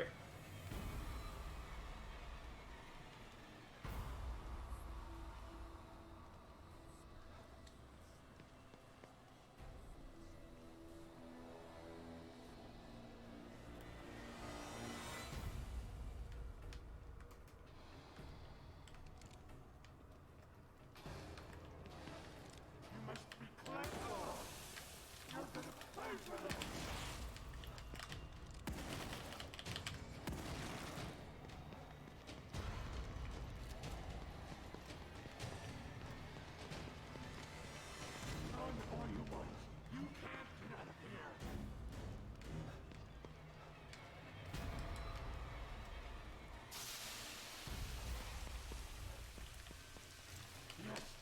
Theodore. I told him. The hell is he? Okay.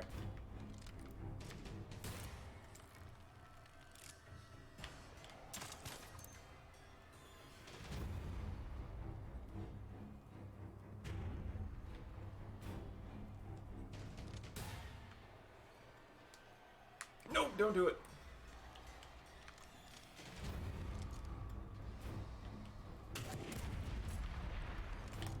Oh. Oh, not the best timing, but okay.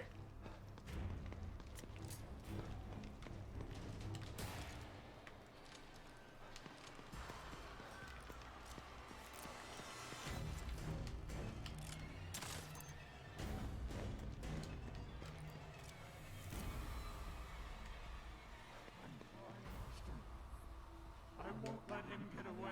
I promise.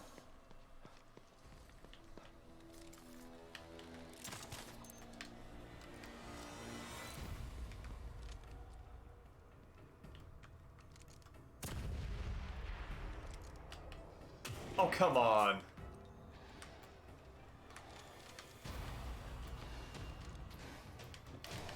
No! What? Oh, I'm gonna call bull on that one.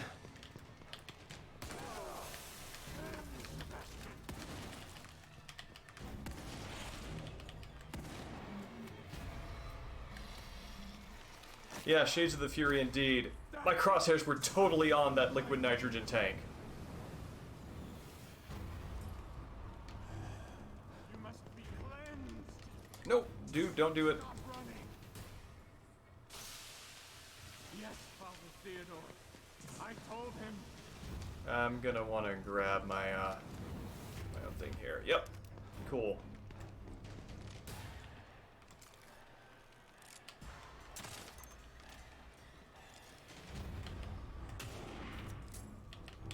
Ooh. Oh no no no! Get up, buddy. Okay, let's do this.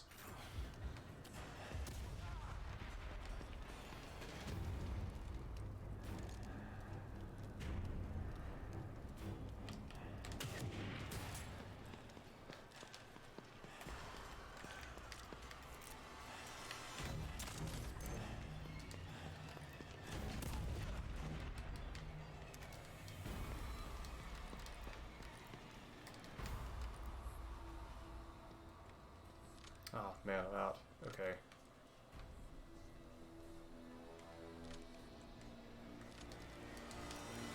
I'm sorry, Master. I won't let him get away. I promise. Where you at?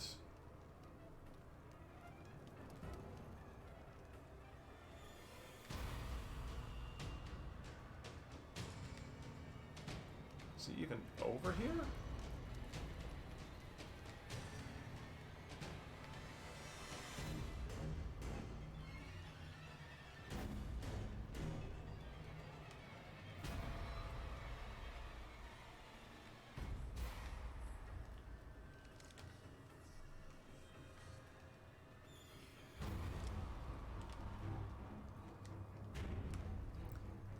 I'm just glad it wasn't a one-hit kill in response to that. Give in, Sebastian. Listen to him. He'll change your mind. I'm pretty sure he's coming up this route. Yeah, there we go. Yes, Father Theodore. I told him.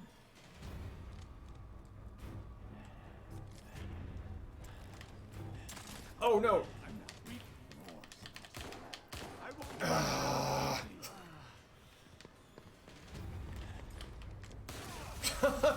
Oh god. No, what am I doing here? Too good to fight me. Come on now.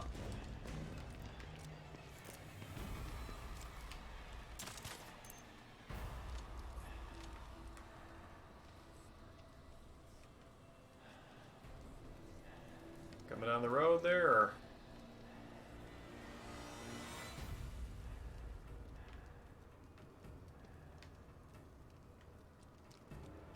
Oh, Nope, he's over there. I'm sorry, Master. I won't let him get away. I promise.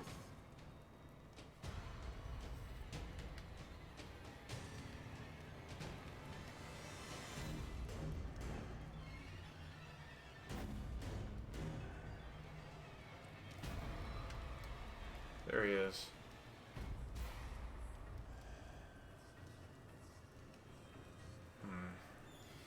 Once you give in, all the confusion and guilt will go away.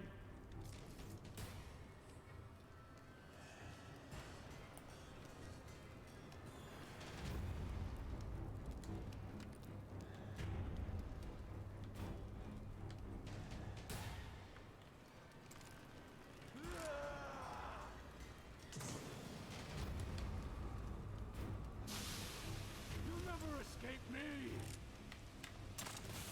Yes, Father Theodore. I told him. Yeah, I love that flourish.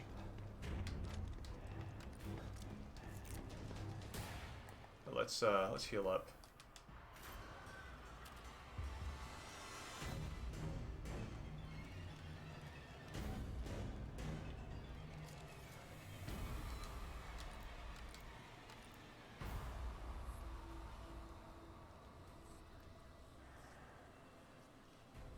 That's right, Sebastian.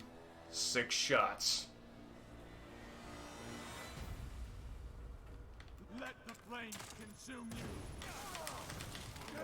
Get him, get him, get him!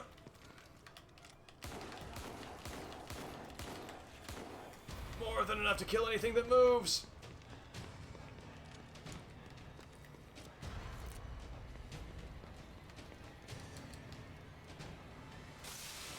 Sorry, Master. I won't let him get away. I promise. Got some respawning ammo here. Anywhere? Seems not. Oh boy.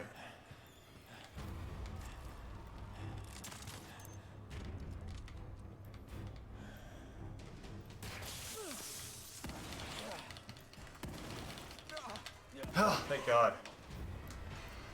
Yeah, he is a bullet sponge. Oh, get some... Interesting. It gives me sympathy vibrations for Liam as he goes down. I can feel his heartbeat.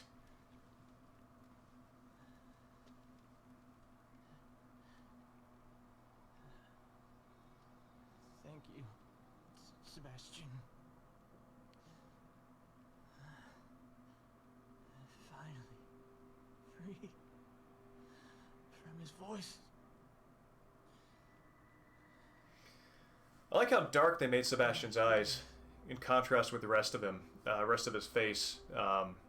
It's a nice contrast. I'm so scared. You've got to stop him. I can't stop him if I can't find him, O'Neill. He phase shifted. Phase shifted. He's not here Makes me think of the Shrike from the Hyperion books. anywhere. I would play a Hyperion video game. The machine in the room next door. You've got to destroy it. What machine?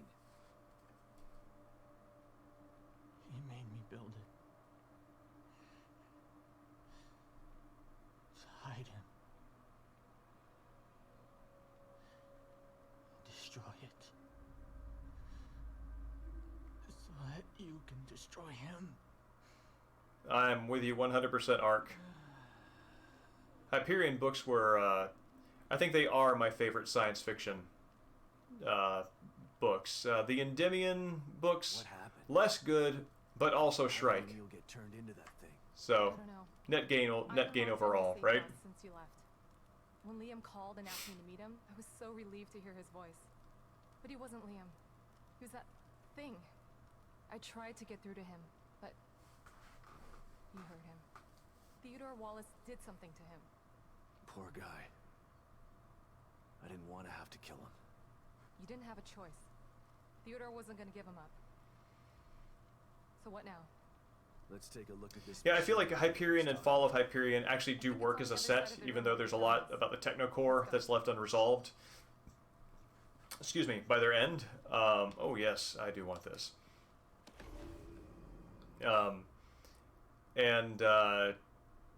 But nonetheless, I think for the main things that that you wanted resolved, the fate of the Pilgrims and all, it's solid.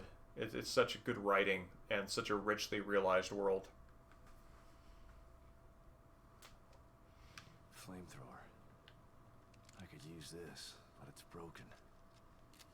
If I found the right parts. Oh, thank God, this stuff.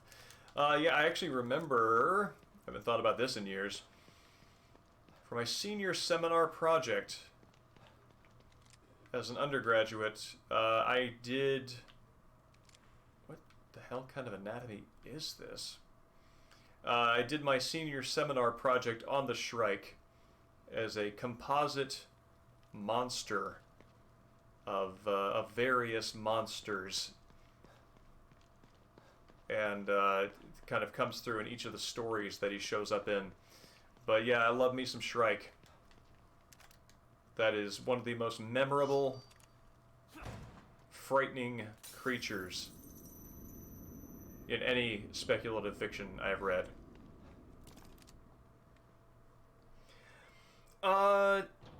Iceman Dan, there are Chaucerian references, and it definitely builds self-consciously on that motif, but not in a way that feels overdone. I highly recommend the Hyperion books. Hyperion and Fall of Hyperion. I think if you're a science fiction fan, I would actually call those must-reads because they are exquisitely realized adventure and not entirely adventure stories, but they really lean into a lot of other possibilities in science fiction.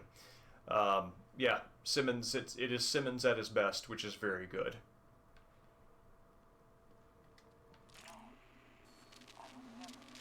Yes, Master.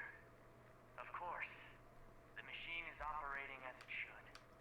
Just gonna cut this. Thank you, Father. It's kind of an intestinal Hear you say that. look to it. It fills me with pride. I'm interested to see. I don't think those sort of like tuning keys have any She's not. No. analog to like a functional flamethrower, but it's such a cool stylistic throwback to the first game. Yukiko, can you hear me? I'm in the fabrication room. Clearances don't mean much when everyone's dead. Just please come and meet me here. I have something to show you. It's important. I'm sorry, Yukiko, but he demands it.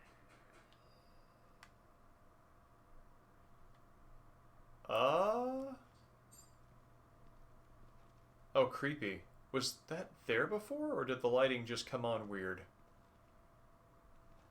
I think that was there before. Mark of influence. Theodore's sticking his fingers in every part of this place. It's almost like a form of communication with him.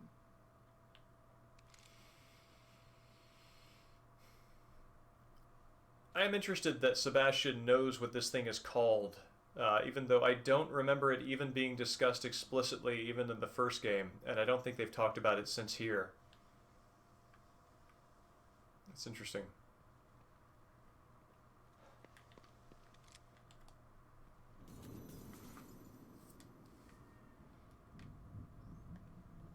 I think I got a new slide.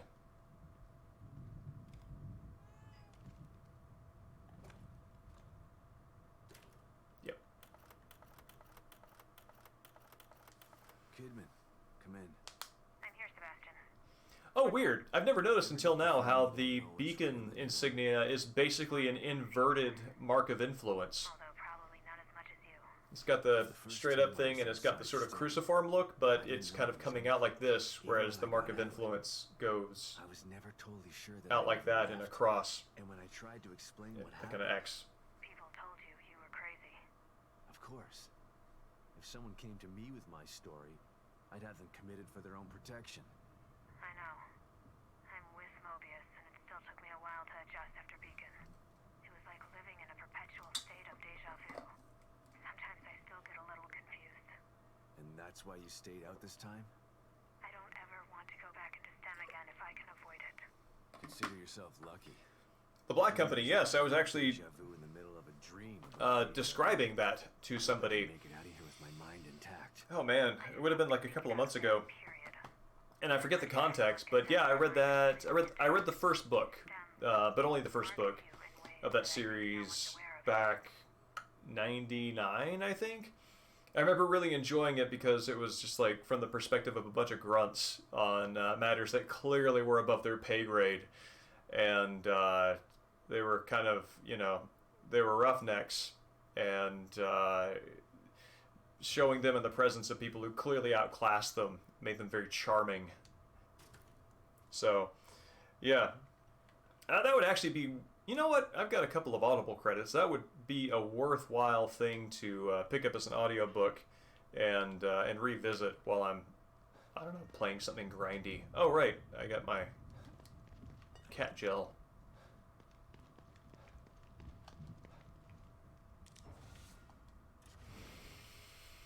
Okay, 455 parts. Do wish my shotgun did more, so let's bring this up to snuff.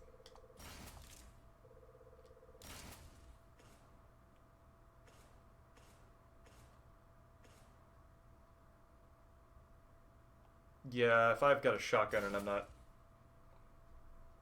doing critical damage, I don't know what I'm doing with my time. I get audiobooks through Audible. Am fortunate enough to be able to have a monthly subscription where they throw you, I think it's like $17 to $20 a month. And they give you a free credit, and I think it might be less than that. I think it might be 15.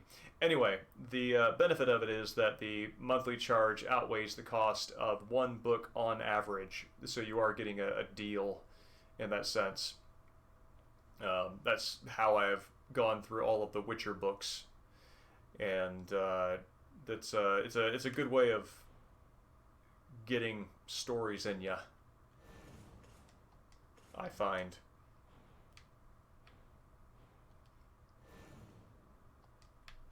So it is unfortunate that,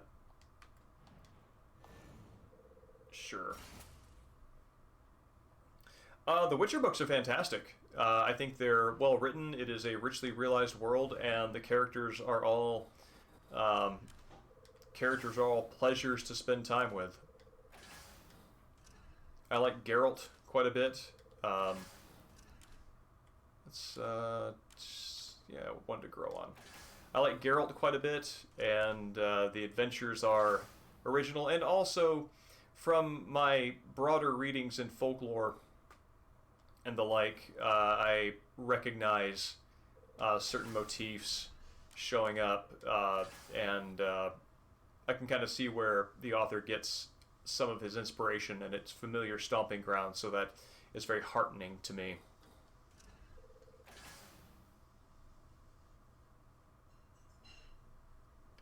Yennefer, I don't remember them introducing that in her character in the show. I also don't remember that about her character, so maybe I wasn't paying attention closely enough. I mean, Yennefer is complex in the books in a different way than she is in the TV series. Welcome back, Detective.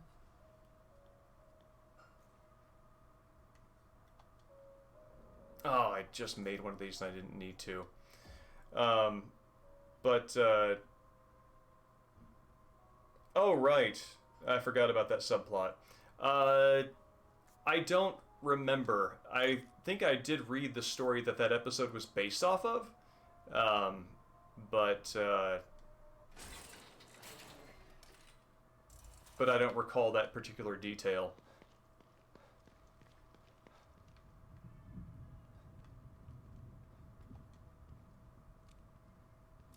But in general, yes, she does exploit people and is not above manipulations of various sorts.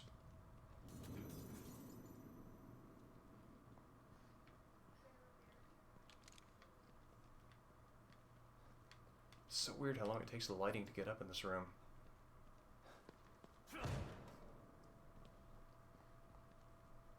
Yeah, no, love potions take on a different dimension when you are older and know more things about the world. So you know Theodore Wallace? Of course. He's head of recruitment. But what's he doing in STEM? Why is he doing this? There's a lot going on that you don't know about. Theodore wants Lily for himself. You saw what he did to O'Neill. He'll do that to everybody in here if he has to. He'll tear this In place general, apart from with his hands. reading the from going through the first 3 books in the audiobooks, I would actually say that that is uncharacteristic of the way the plots unfold, and that they don't rely on elements like that. But again, clearly I forgot that it was in the TV series, so take that with a grain of salt. my testament there.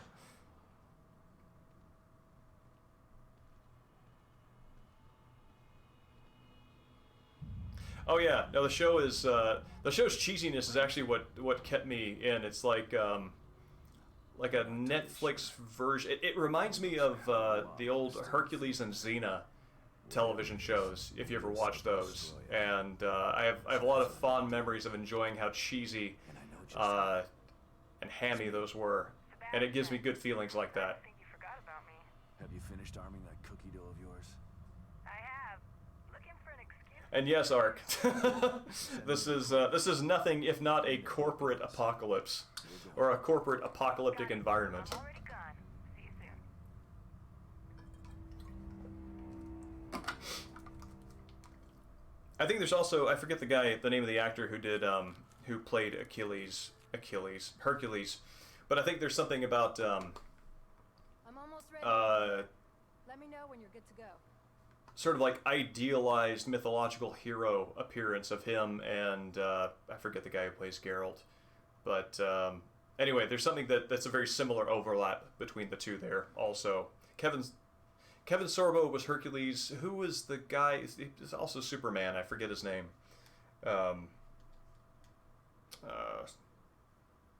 He achieved Twitter fame for building a PC.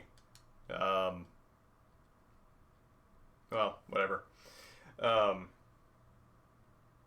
Henry Cavill, yes, thank you. I think that there is the way they carry themselves is similarly. They have moments where the story flatters them by saying like, yes, you are in fact the badass hero, and here is your moment. And they also carry themselves into situations where the unfolding of events do not flatter them. So there's a kind of a.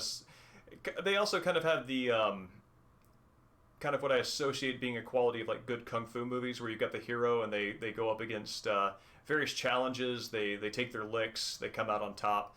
But at the end, they're not walking out the same way they came in. And that's the same kind of feeling I get from a lot of the monster fights in both of those shows. So a lot of parallels on that front too. Oh, weird, creepy wax Christmas tree. Disappointed from Hercules has made it into this game. I don't think I know that reference, Ark. You know, it has not until now struck me how weird the giant wax Christmas tree candles are. The broken stem tub, and yeah, this is very strange.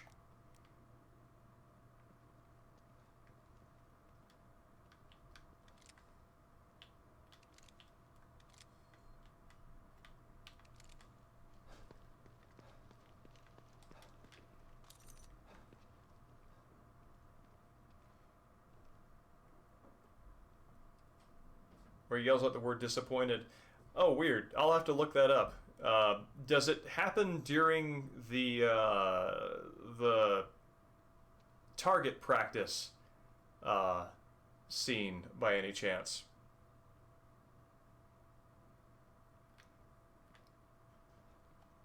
Tell me something. Yeah, actually, that is a movie I've not seen. A Fish Called Wanda. So I'm actually going to make a note of that real fast.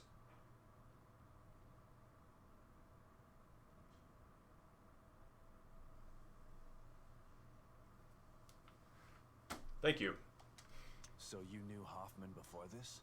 Everybody knows Hoffman. You don't get into Mobius without passing through her office. Can she be trusted?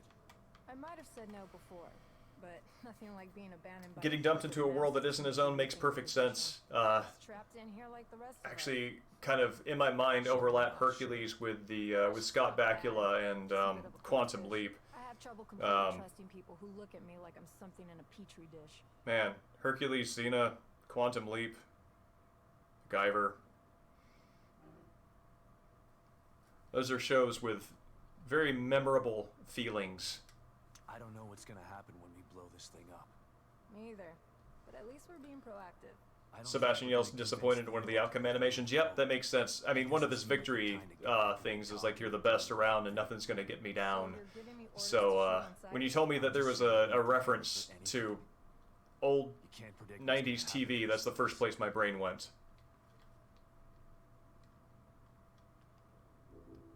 Oh, didn't Sam jump into his own past or something? I don't remember.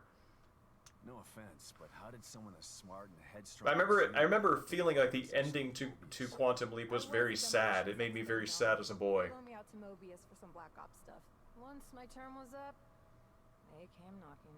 And you just joined up like very end. Alright, I'm gonna go check that out. That will I'll tell you everything when you sign on. I was... be a neat thing to compare against my memory of how it made me feel. They expect you to follow blindly, and if you disobey, when Myra offered me the opportunity to get out, I had to take it. I've still got some... Sam Beckett never returned home. Yes, I think that's the part that made me sad, as a matter of fact. Misspelled his name? Oh man, that's like having your name misspelled on your own headstone. Is that enough to take care of this thing?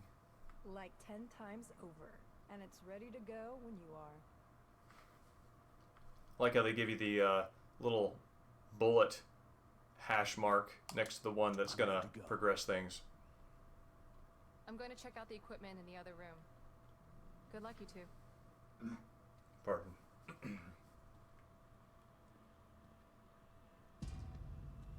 Okay, here we go. Operation Kick Ass happening in 3, 2, 1.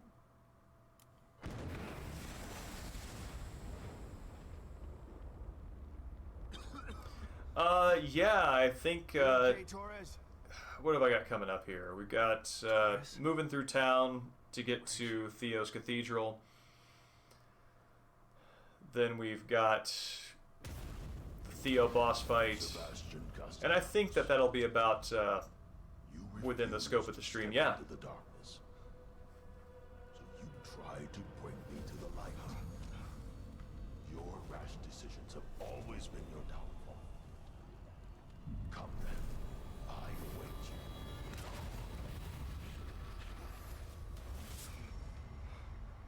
You want to find your beloved daughter. Cool. Thanks, Ark. Well, oh, I've got to go through these nowhere spaces, don't I? Guess I'm gonna keep to my word. Oh God. Lily? You're here.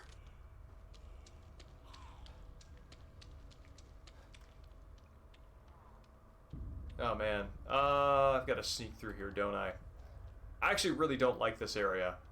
It is on par with sewer levels for me in terms of being kind of uninteresting.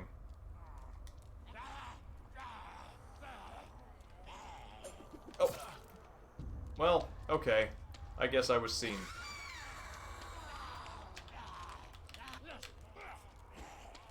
Oh no, I gotta... Okay. Crap. Ah. What is even happening?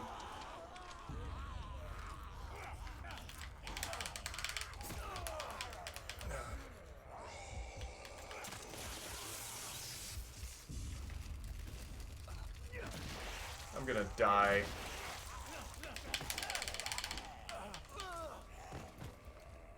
Yep.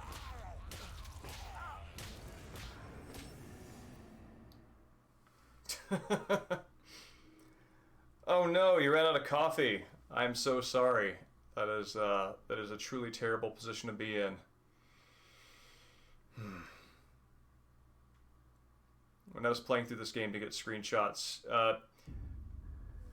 for for the big essay that I wrote. This was always the slog that I didn't like going through.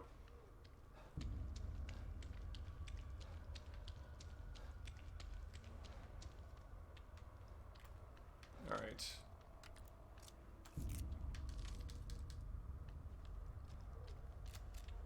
Ah, for God's sake.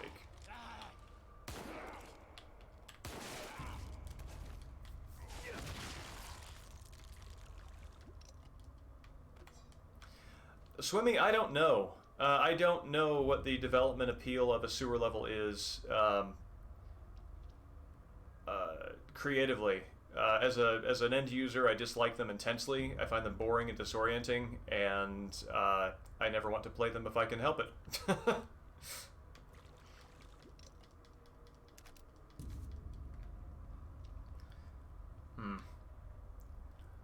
That is a poser, Iceman Dan.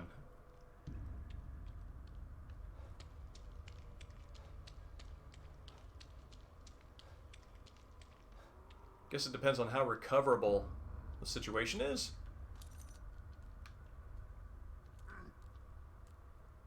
Oh, yeah, buddy, you don't see anything.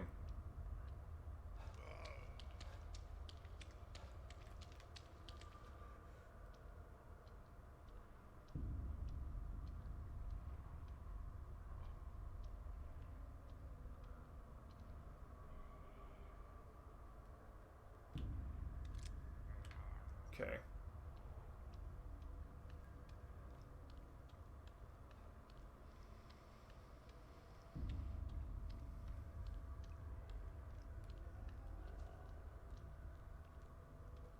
Come on, let me do the head stab. Let me do the stab, stab, stab, stab. Yeah, there we go.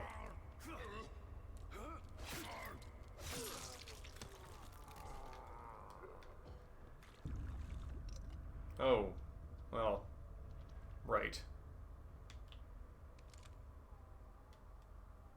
That thing's moving around.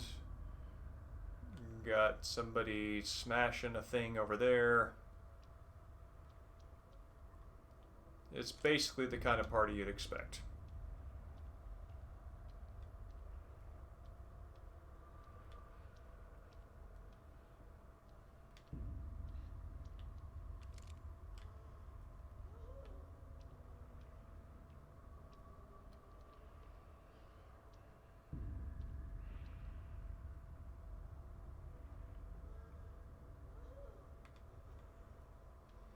Swimmy, I'm curious, have you ever played a sewer level that you liked?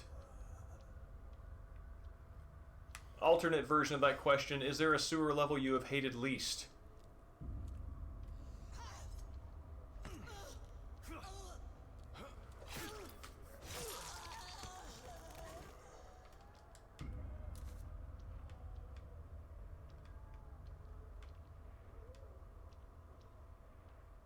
And Iceman Dan, I am going to side on running out of coffee as being the scarier of the two.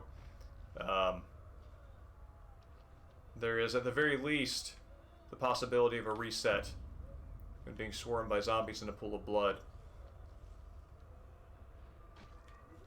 The consequences of running out of coffee are all too visceral and all too real.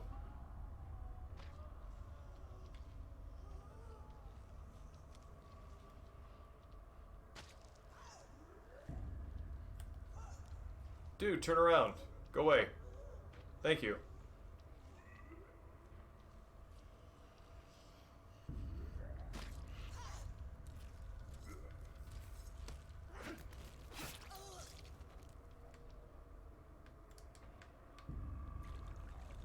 Alright. Just gonna kind of hide out over here.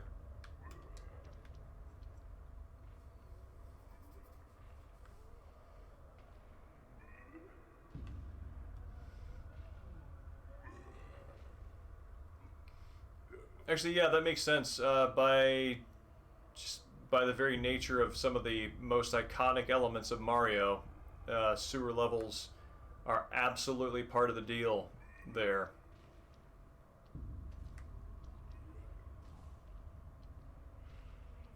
I can't believe you don't see me. I'm actually wondering if he actually has a patrol pattern or if he is just moving dynamically.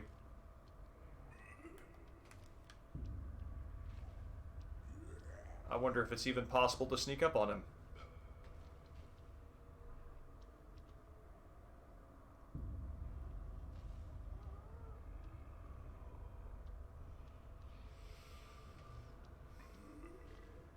All right.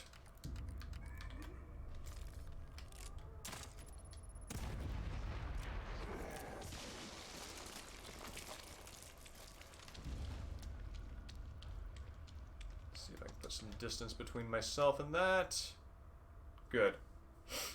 Yeah, I agree. The RE2 remake sewer level is quite good, and I think one of the biggest challenges that I have with sewer levels, both as a player and also aesthetically, is really just how samey everything is. Oh yeah, I'm totally not doing this without killing that guy. And very samey. It's very hard to know where you are, and a lot of the cues that I have to look for in the environment to tell me where I am are often very uninteresting. Like, you know, like numbers and letters painted on walls and things like that.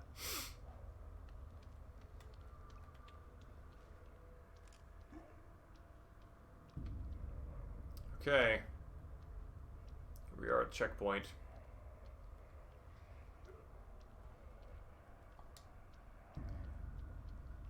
And I guess something that I can be a little curious about as I play through this isn't a sewer level, technically.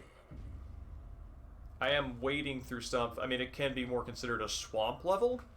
And I wonder how much a swamp level is just an outdoor projection of the sewer level mentality. Oh no. No, no, no, no, no. We're just gonna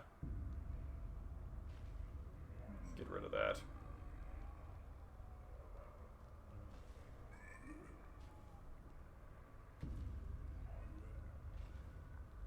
Cool.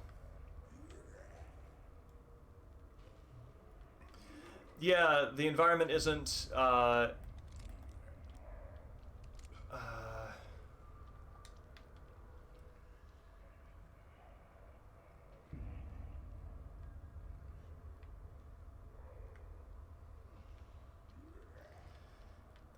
just as a bit of self-observation about me as a player, areas that disorient you.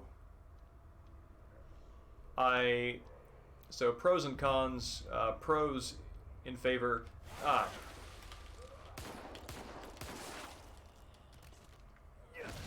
enough of that. Pros in their favor, I do appreciate that unique,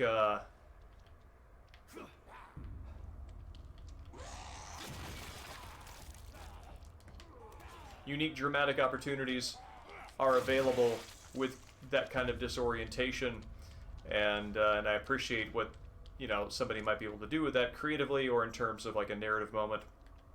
As a player, generally disorientation, I am less invested in the environment, and as I am more in my own abilities to find my way through. So it just kind of makes me annoyed with myself more than really enjoying whatever I guess like narrative emotion might be summoned by being disoriented.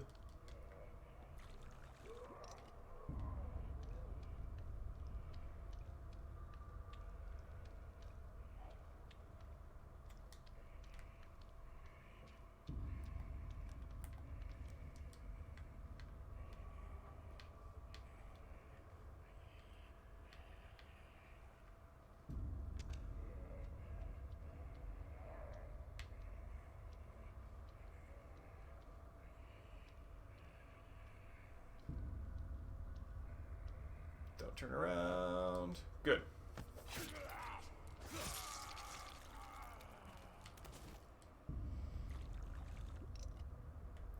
I never played... Wait, no, I did play Final Fantasy VIII. I never played Final Fantasy IX. I don't remember the sewer parts of FF8.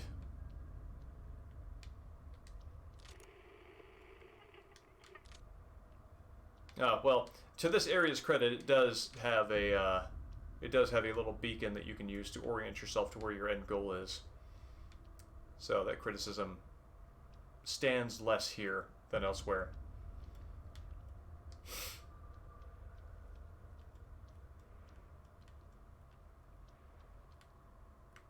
Oh, creepy.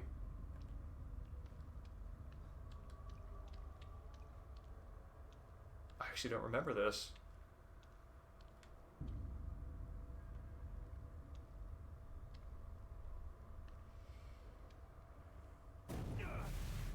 Mom never gave up. Not like you. She tried to tell you, but you were too stupid to listen.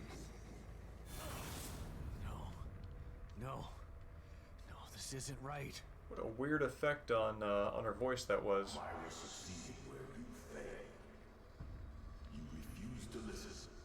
You lost them both, and then became lost yourself. You know anything about me? Myra understood that goals can be achieved by submission, by joining. That's kind of cool. Okay, and this teleports me to another area within this general area. The last one I need to make it through. What do I have? I just have my, just got my knife.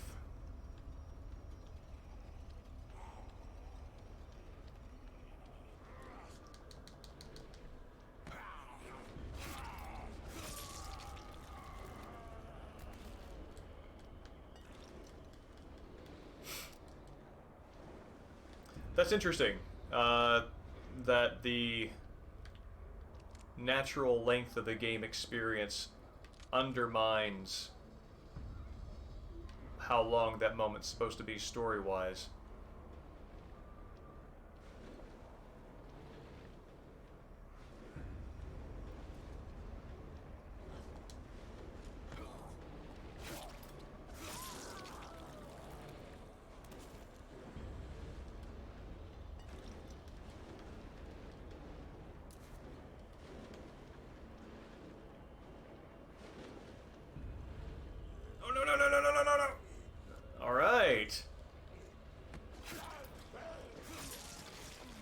Oh god! I was about to say everything's coming up Sebastian, but nope. Oh, Jesus. Okay.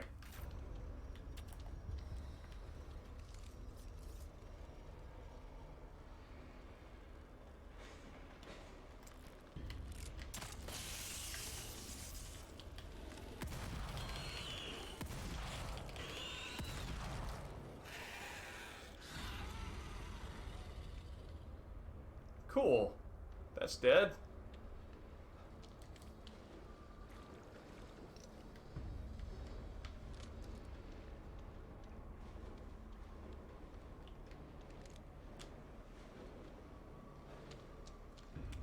Oh, wait, yeah, let's reload this.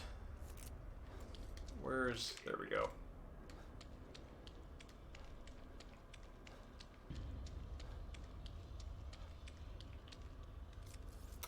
All right.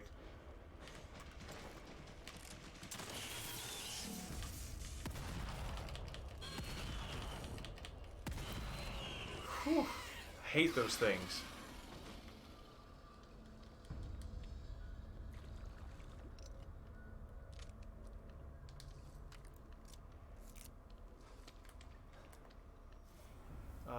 No, we're good.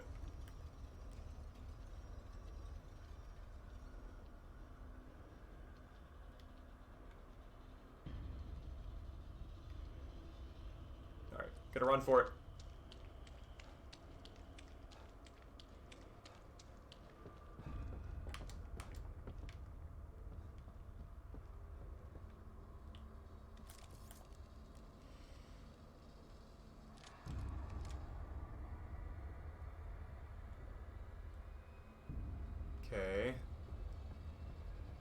I see some items over here that I want.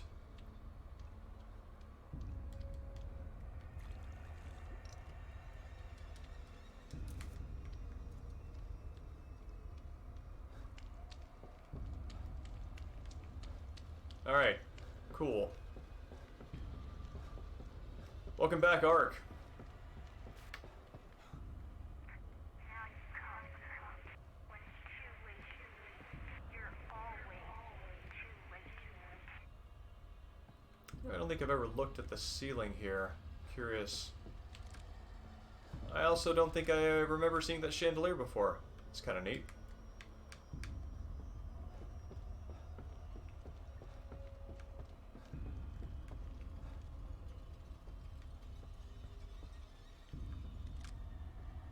Ceiling changes to kind of a plywood thing. Looks like the ceiling continues on its same plane even as I descend. You still want to be reunited with Lily? I do. I need to find her. Actually, Ark, we were just talking about it. I'm actually really curious to know what you like about it, because I was actually just mentioning that it's one of my least favorite in the area. So I'm actually very curious to know what appeals to you about it, and see if maybe I can kind of change my mind a little bit on that.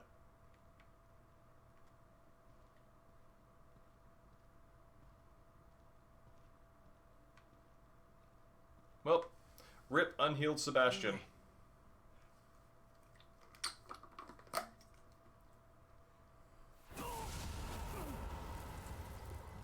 No. Lily. There she is. Your precious daughter. Isn't this what you wanted?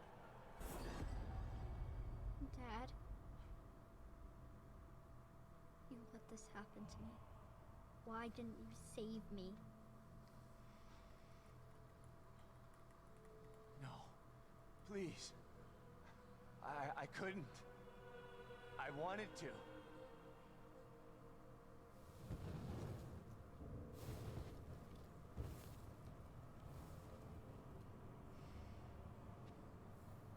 So it sounds like the disorienting. Oh, that's cool. I didn't don't remember you being able to see up the staircase like that. That's neat. So the disorienting aspect of the experience is actually a plus for you.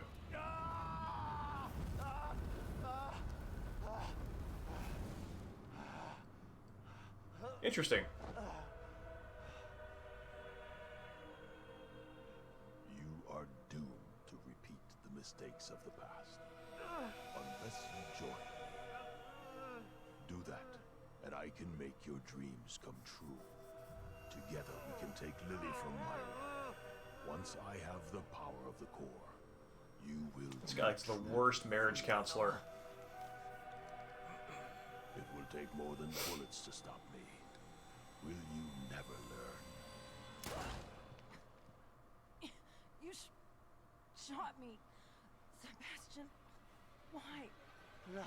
No.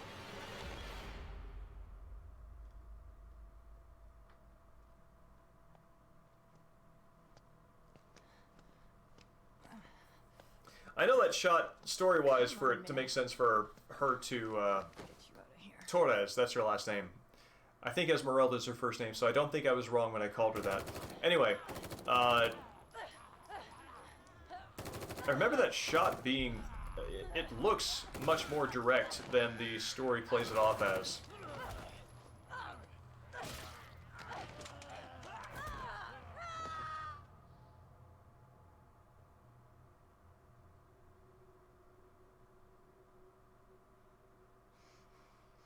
You can't let him get to you.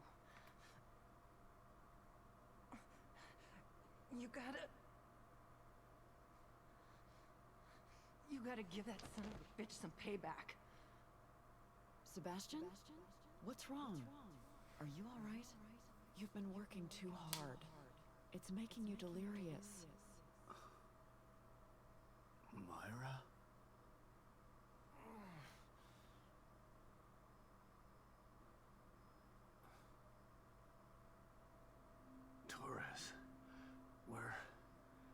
Oh, here we are. We're back in the memory house. How did I... Give me just 1 second. I'm going to refresh my water, and I will be right back.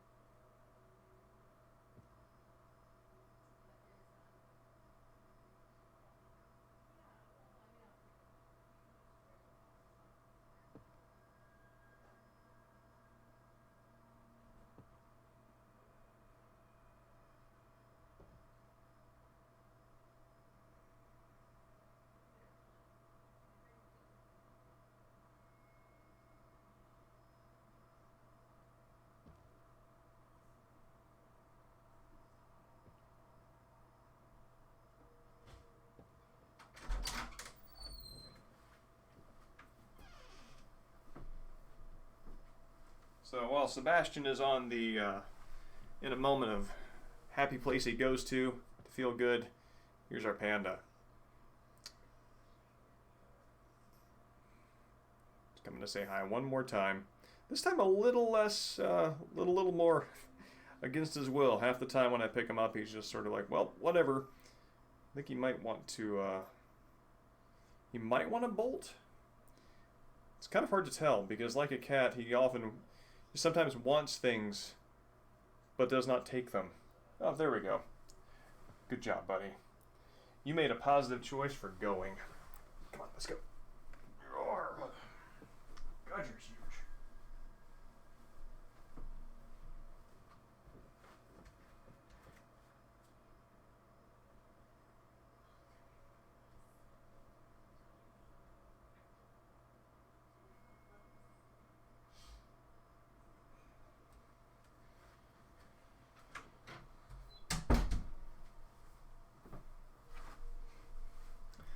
Panda gave us a solid no thank you.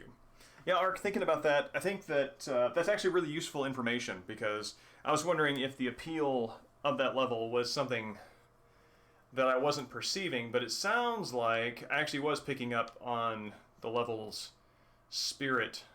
It's just not for me, so that makes sense. This is, it's interesting. I've never noticed the sort of soft lens around the edges before. And I'm also, this is actually really interesting. And I'm going to take a screenshot real fast. Because I like the way Sebastian's silhouette is playing against the light there.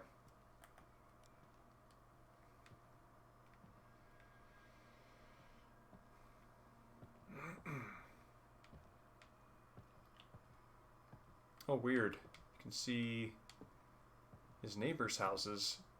And I actually never knew that he has this little barrier of protection around him that pushes objects away. That's interesting.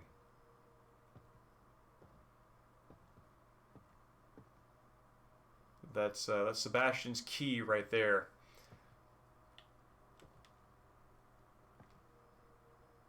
It is neat to see the other little houses out there. Just kind of looking around there. Actually, kind of has a Last of Us neighborhood feel to it. So that kind of late '90s suburb.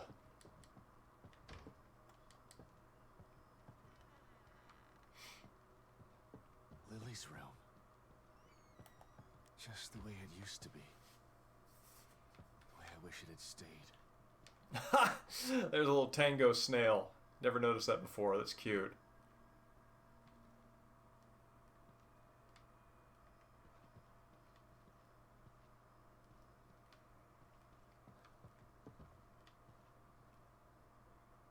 Little American eagle.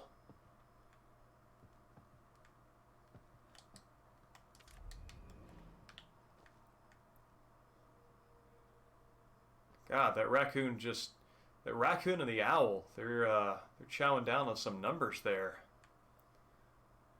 Numbers Ranch. I think from a house cat to a goose to a zebra. It's a busy ranch.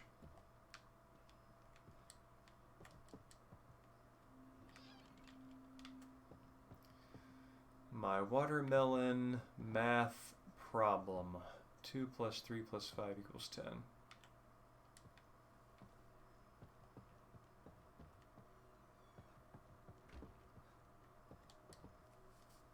Lily's drawings. God, I hope she still has some of that innocence after all this.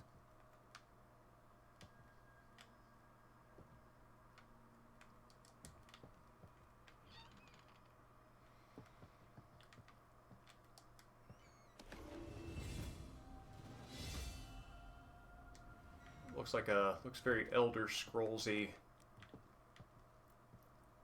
Yeah, Ark, I might have lied. We might not get quite to Theodore's place tonight, but wherever we land, I think will be a good place for setting us up to finish this off next week.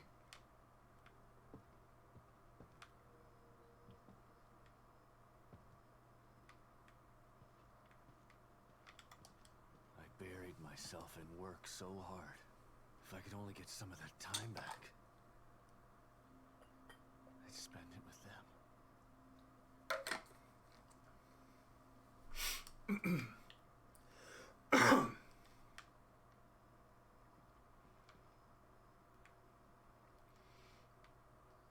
Oh, hey, there's Sebastian's coat.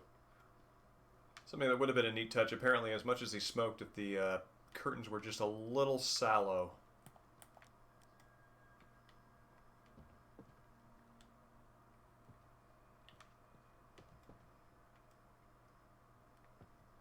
This is Crimson City.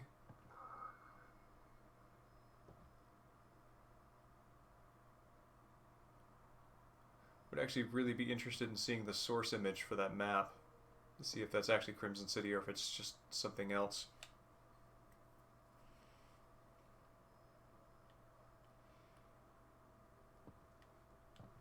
Yeah, Fire Walk with me. After once we get out of here, then I think Hoffman is we're gonna do Hoffman's little escort mission. Oh wait, I came from there. Hoffman's escort Hoffman's escort mission, and then that puts us in Theodore's territory. But gonna see where we get to. Man, they really documented the creation of that drawing.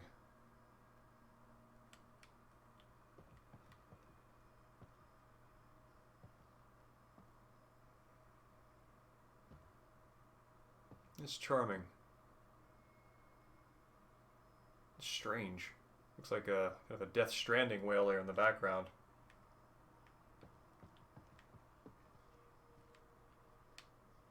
Oh man. Yeah, the background of this image is from The Evil Within 1. It lacks the sort of like hairpin brain pokey things. And they added some balloons and made the child a little more engaged in the happiness of the scene. That's interesting.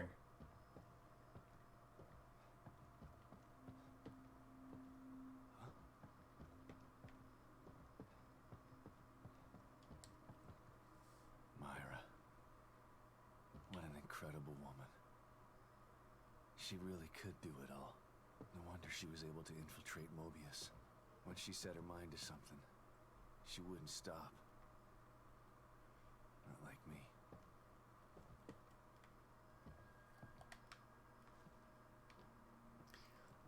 This reminds me, so yeah, if you haven't checked it out on Twitch, something that I highly recommend is following the Rubik's Cube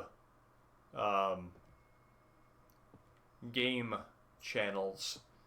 It is fascinating to watch, and it is a subculture of gamers, of gaming, that I never thought about before in my life until I came across it by accident. Highly recommend it. That in Evil Within 1 was, it was one of those sort of atmospheric paintings that you find around. I don't think it had like a specific place, it just popped up here and there. I actually seem to recall it in the Mobius facility in Kidman's DLC. Weirdly enough. Brain. I'm actually going to get a little closer to that so I can take a look. Hold on. Mashed brain. Well, whatever it is, that's Castellanos' treat. Oh yes, the one banana on a serving cart. That old canard.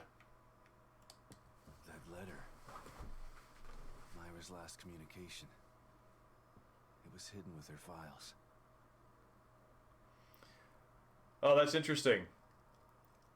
That does, that's the chicken and the egg thing, isn't it? Very good. It sounded so crazy at the time.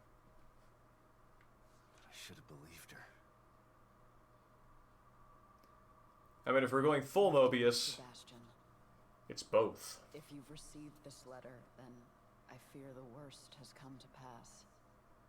It means that my investigation got too close to the truth. It means that you may never see me again. I'm sorry I kept it from you, but it was to protect you from either the truth or my madness. Getting too close to the truth. I've One of the enclosed #1 a copy of my files. causes I of only failed hope you relationships. never receive them, but if you do, It sounds tongue-in-cheek, but it's actually true. to finish what I started. Please, find justice for Lily and for me.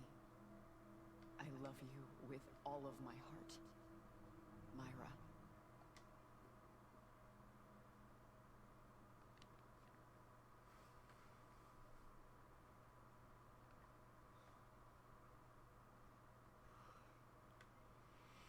I'm so sorry, Sebastian.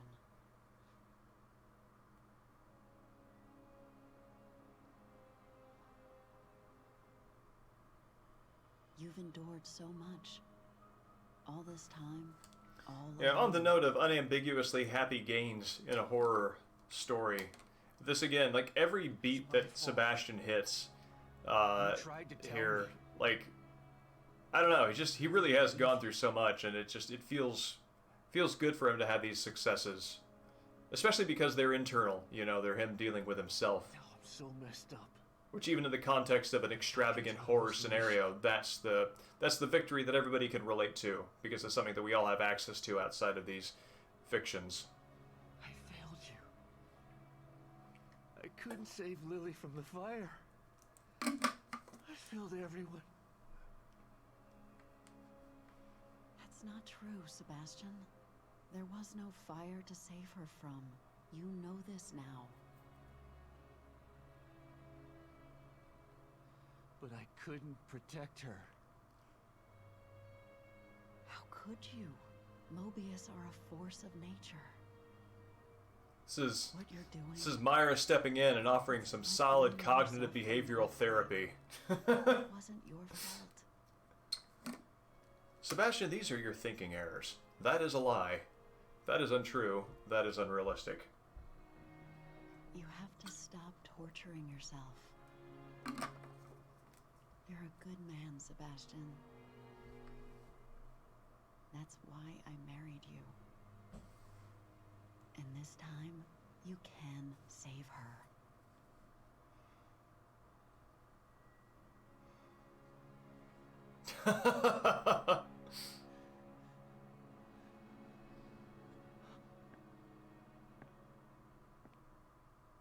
There are too many forces against you.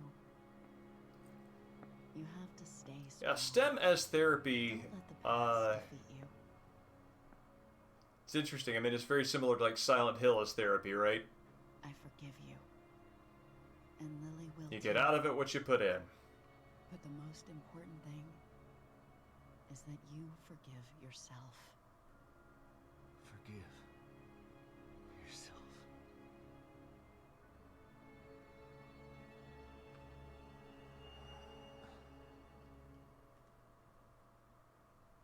She's right. She's always been right. Theodore uses my own guilt against me. But guilt for what? It's their fault, not mine. They took everything from me. I didn't start any of this. But I'm gonna finish it. And God help anybody that stands in my way. That genuinely scared me. Oh man, I did not notice this before, but on previous playthroughs, this area is now much brighter. It's much better lit, and I don't have to like work my flashlight in at weird angles to be able to see environmental items. That's a neat touch. Oh hey, that's interesting. Those look like the whales that are showing up in the background of one of the other pieces of incidental art.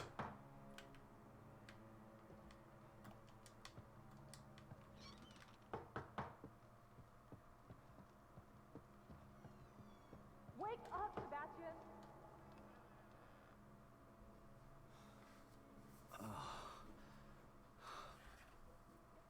Actually, one of my favorite moments is about to come up here. It's one of the reasons why that little victory of Sebastian's is more than a trite, pat resolution. What happened? Like, what just happened, the sort of, like, receiving the insight that that he can forgive himself and that not everything is his fault. You know, that's one thing, and it could be easy for a story to kind of let him get off easy that way. Like, oh, now he understands, and now everything is perfect.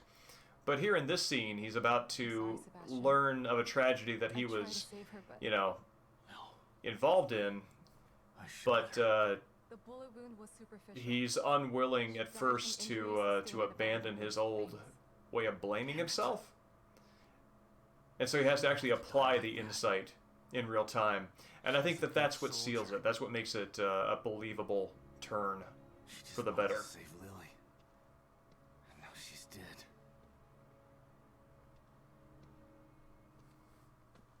It's all my fault. See, like right there. Like he's doing the same old Sebastian bullshit. No, Sebastian. It's not your fault. And probably the difference between old Sebastian and this one is the fact that he can actually hear that and accept it. And so yeah, that's what makes the character turn not just sort of Deus Ex Machina, but this is the moment where it's earned. That goddamn son of a bitch. Because applying insight is harder than having it. Trying to make me feel guilty. But he's the one who did this. Not me. He's the guilty one. Okay. It's time to clean house. I've just gotta find Theodore. That's not the problem. Destroying Liam's machine worked. Theodore's out there in the open now. The problem is getting to him. What do you mean? I picked this up on the exterior surveillance system cameras. Have a look. Theodore's stronghold appeared in the middle of Union. But it's surrounded by what looks like a massive wall of fire. Shit. I wish I'd looked down that street I think that there when, may be a way. before. I found a device in Liam's equipment room that should be able to help. Great. Let's see it. It's not quite ready. I still have to do a few tweaks. Okay. Go do what you have to do. I remember there being a hotel near there. I'll go check if it's safe, then send you the coordinates. You can meet me there with the... That's interesting, Ark. How do you mean? I'll see you soon. Oh yeah, just different coping mechanisms. That's true.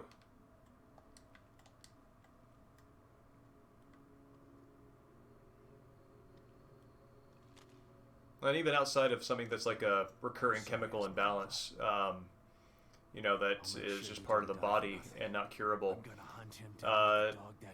You know, dealing with recurring setbacks, dealing with recurring struggles, you know, coming up with strategies for dealing with those things when they show up. It's relevant across the board.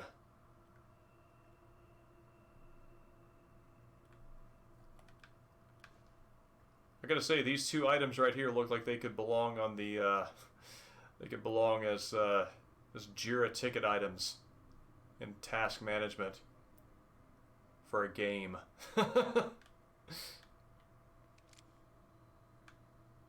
That as well.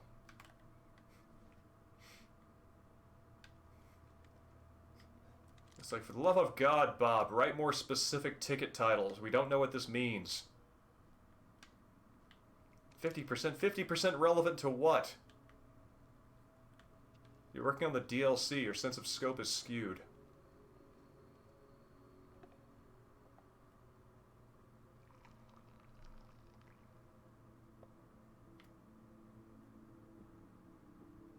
Wonder if the quality of that coffee adjusts itself to expectation. As I assume everything in STEM does.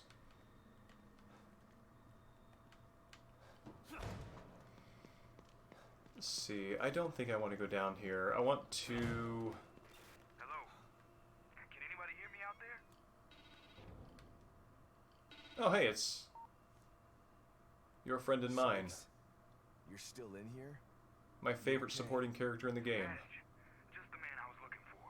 I'm okay, but I could really use your help back here. It'll be worth your while. Oh. I should probably go to his safe room and see what's going on.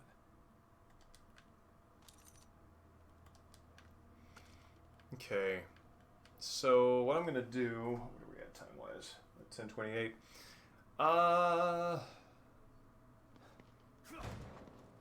Going through Sykes' story... dealing with Theodore, going through the boss rush, and then fighting Myra. I think that can probably be contained within a single stream. So what I'm going to do is save here, and I'm going to close out with something a little more lighthearted, and do a little Mario before signing off for the night. Give me just 1 second. Now let me spend my hard-earned hell goop.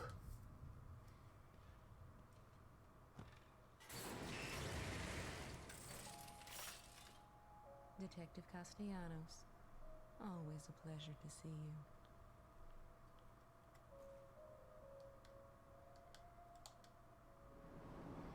Let's see. Yeah, that's a pretty good haul right there. Yeah, let's do that.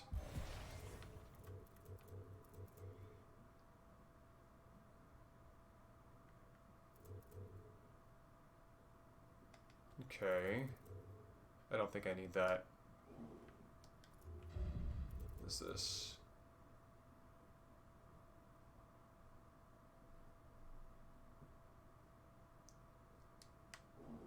So I'm thinking I've got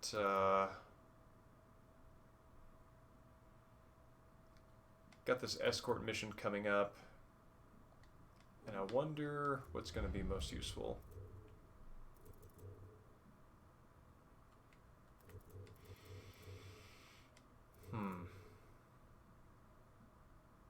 That, for sure.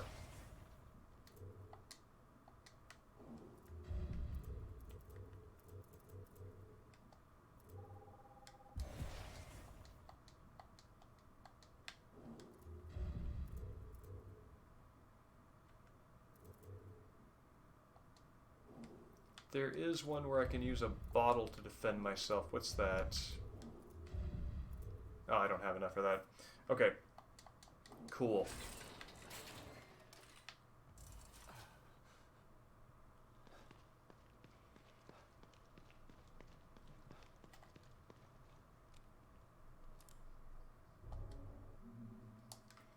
Okay, so I'm gonna cut the stream for a second and step away, grab the switch and plug it up, and I'll be back in about 5 minutes.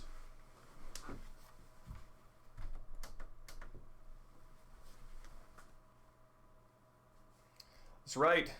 Evening Mexican Sting. It is, in fact, Mario time. So, gotta run that just 1 second. It's good to see you.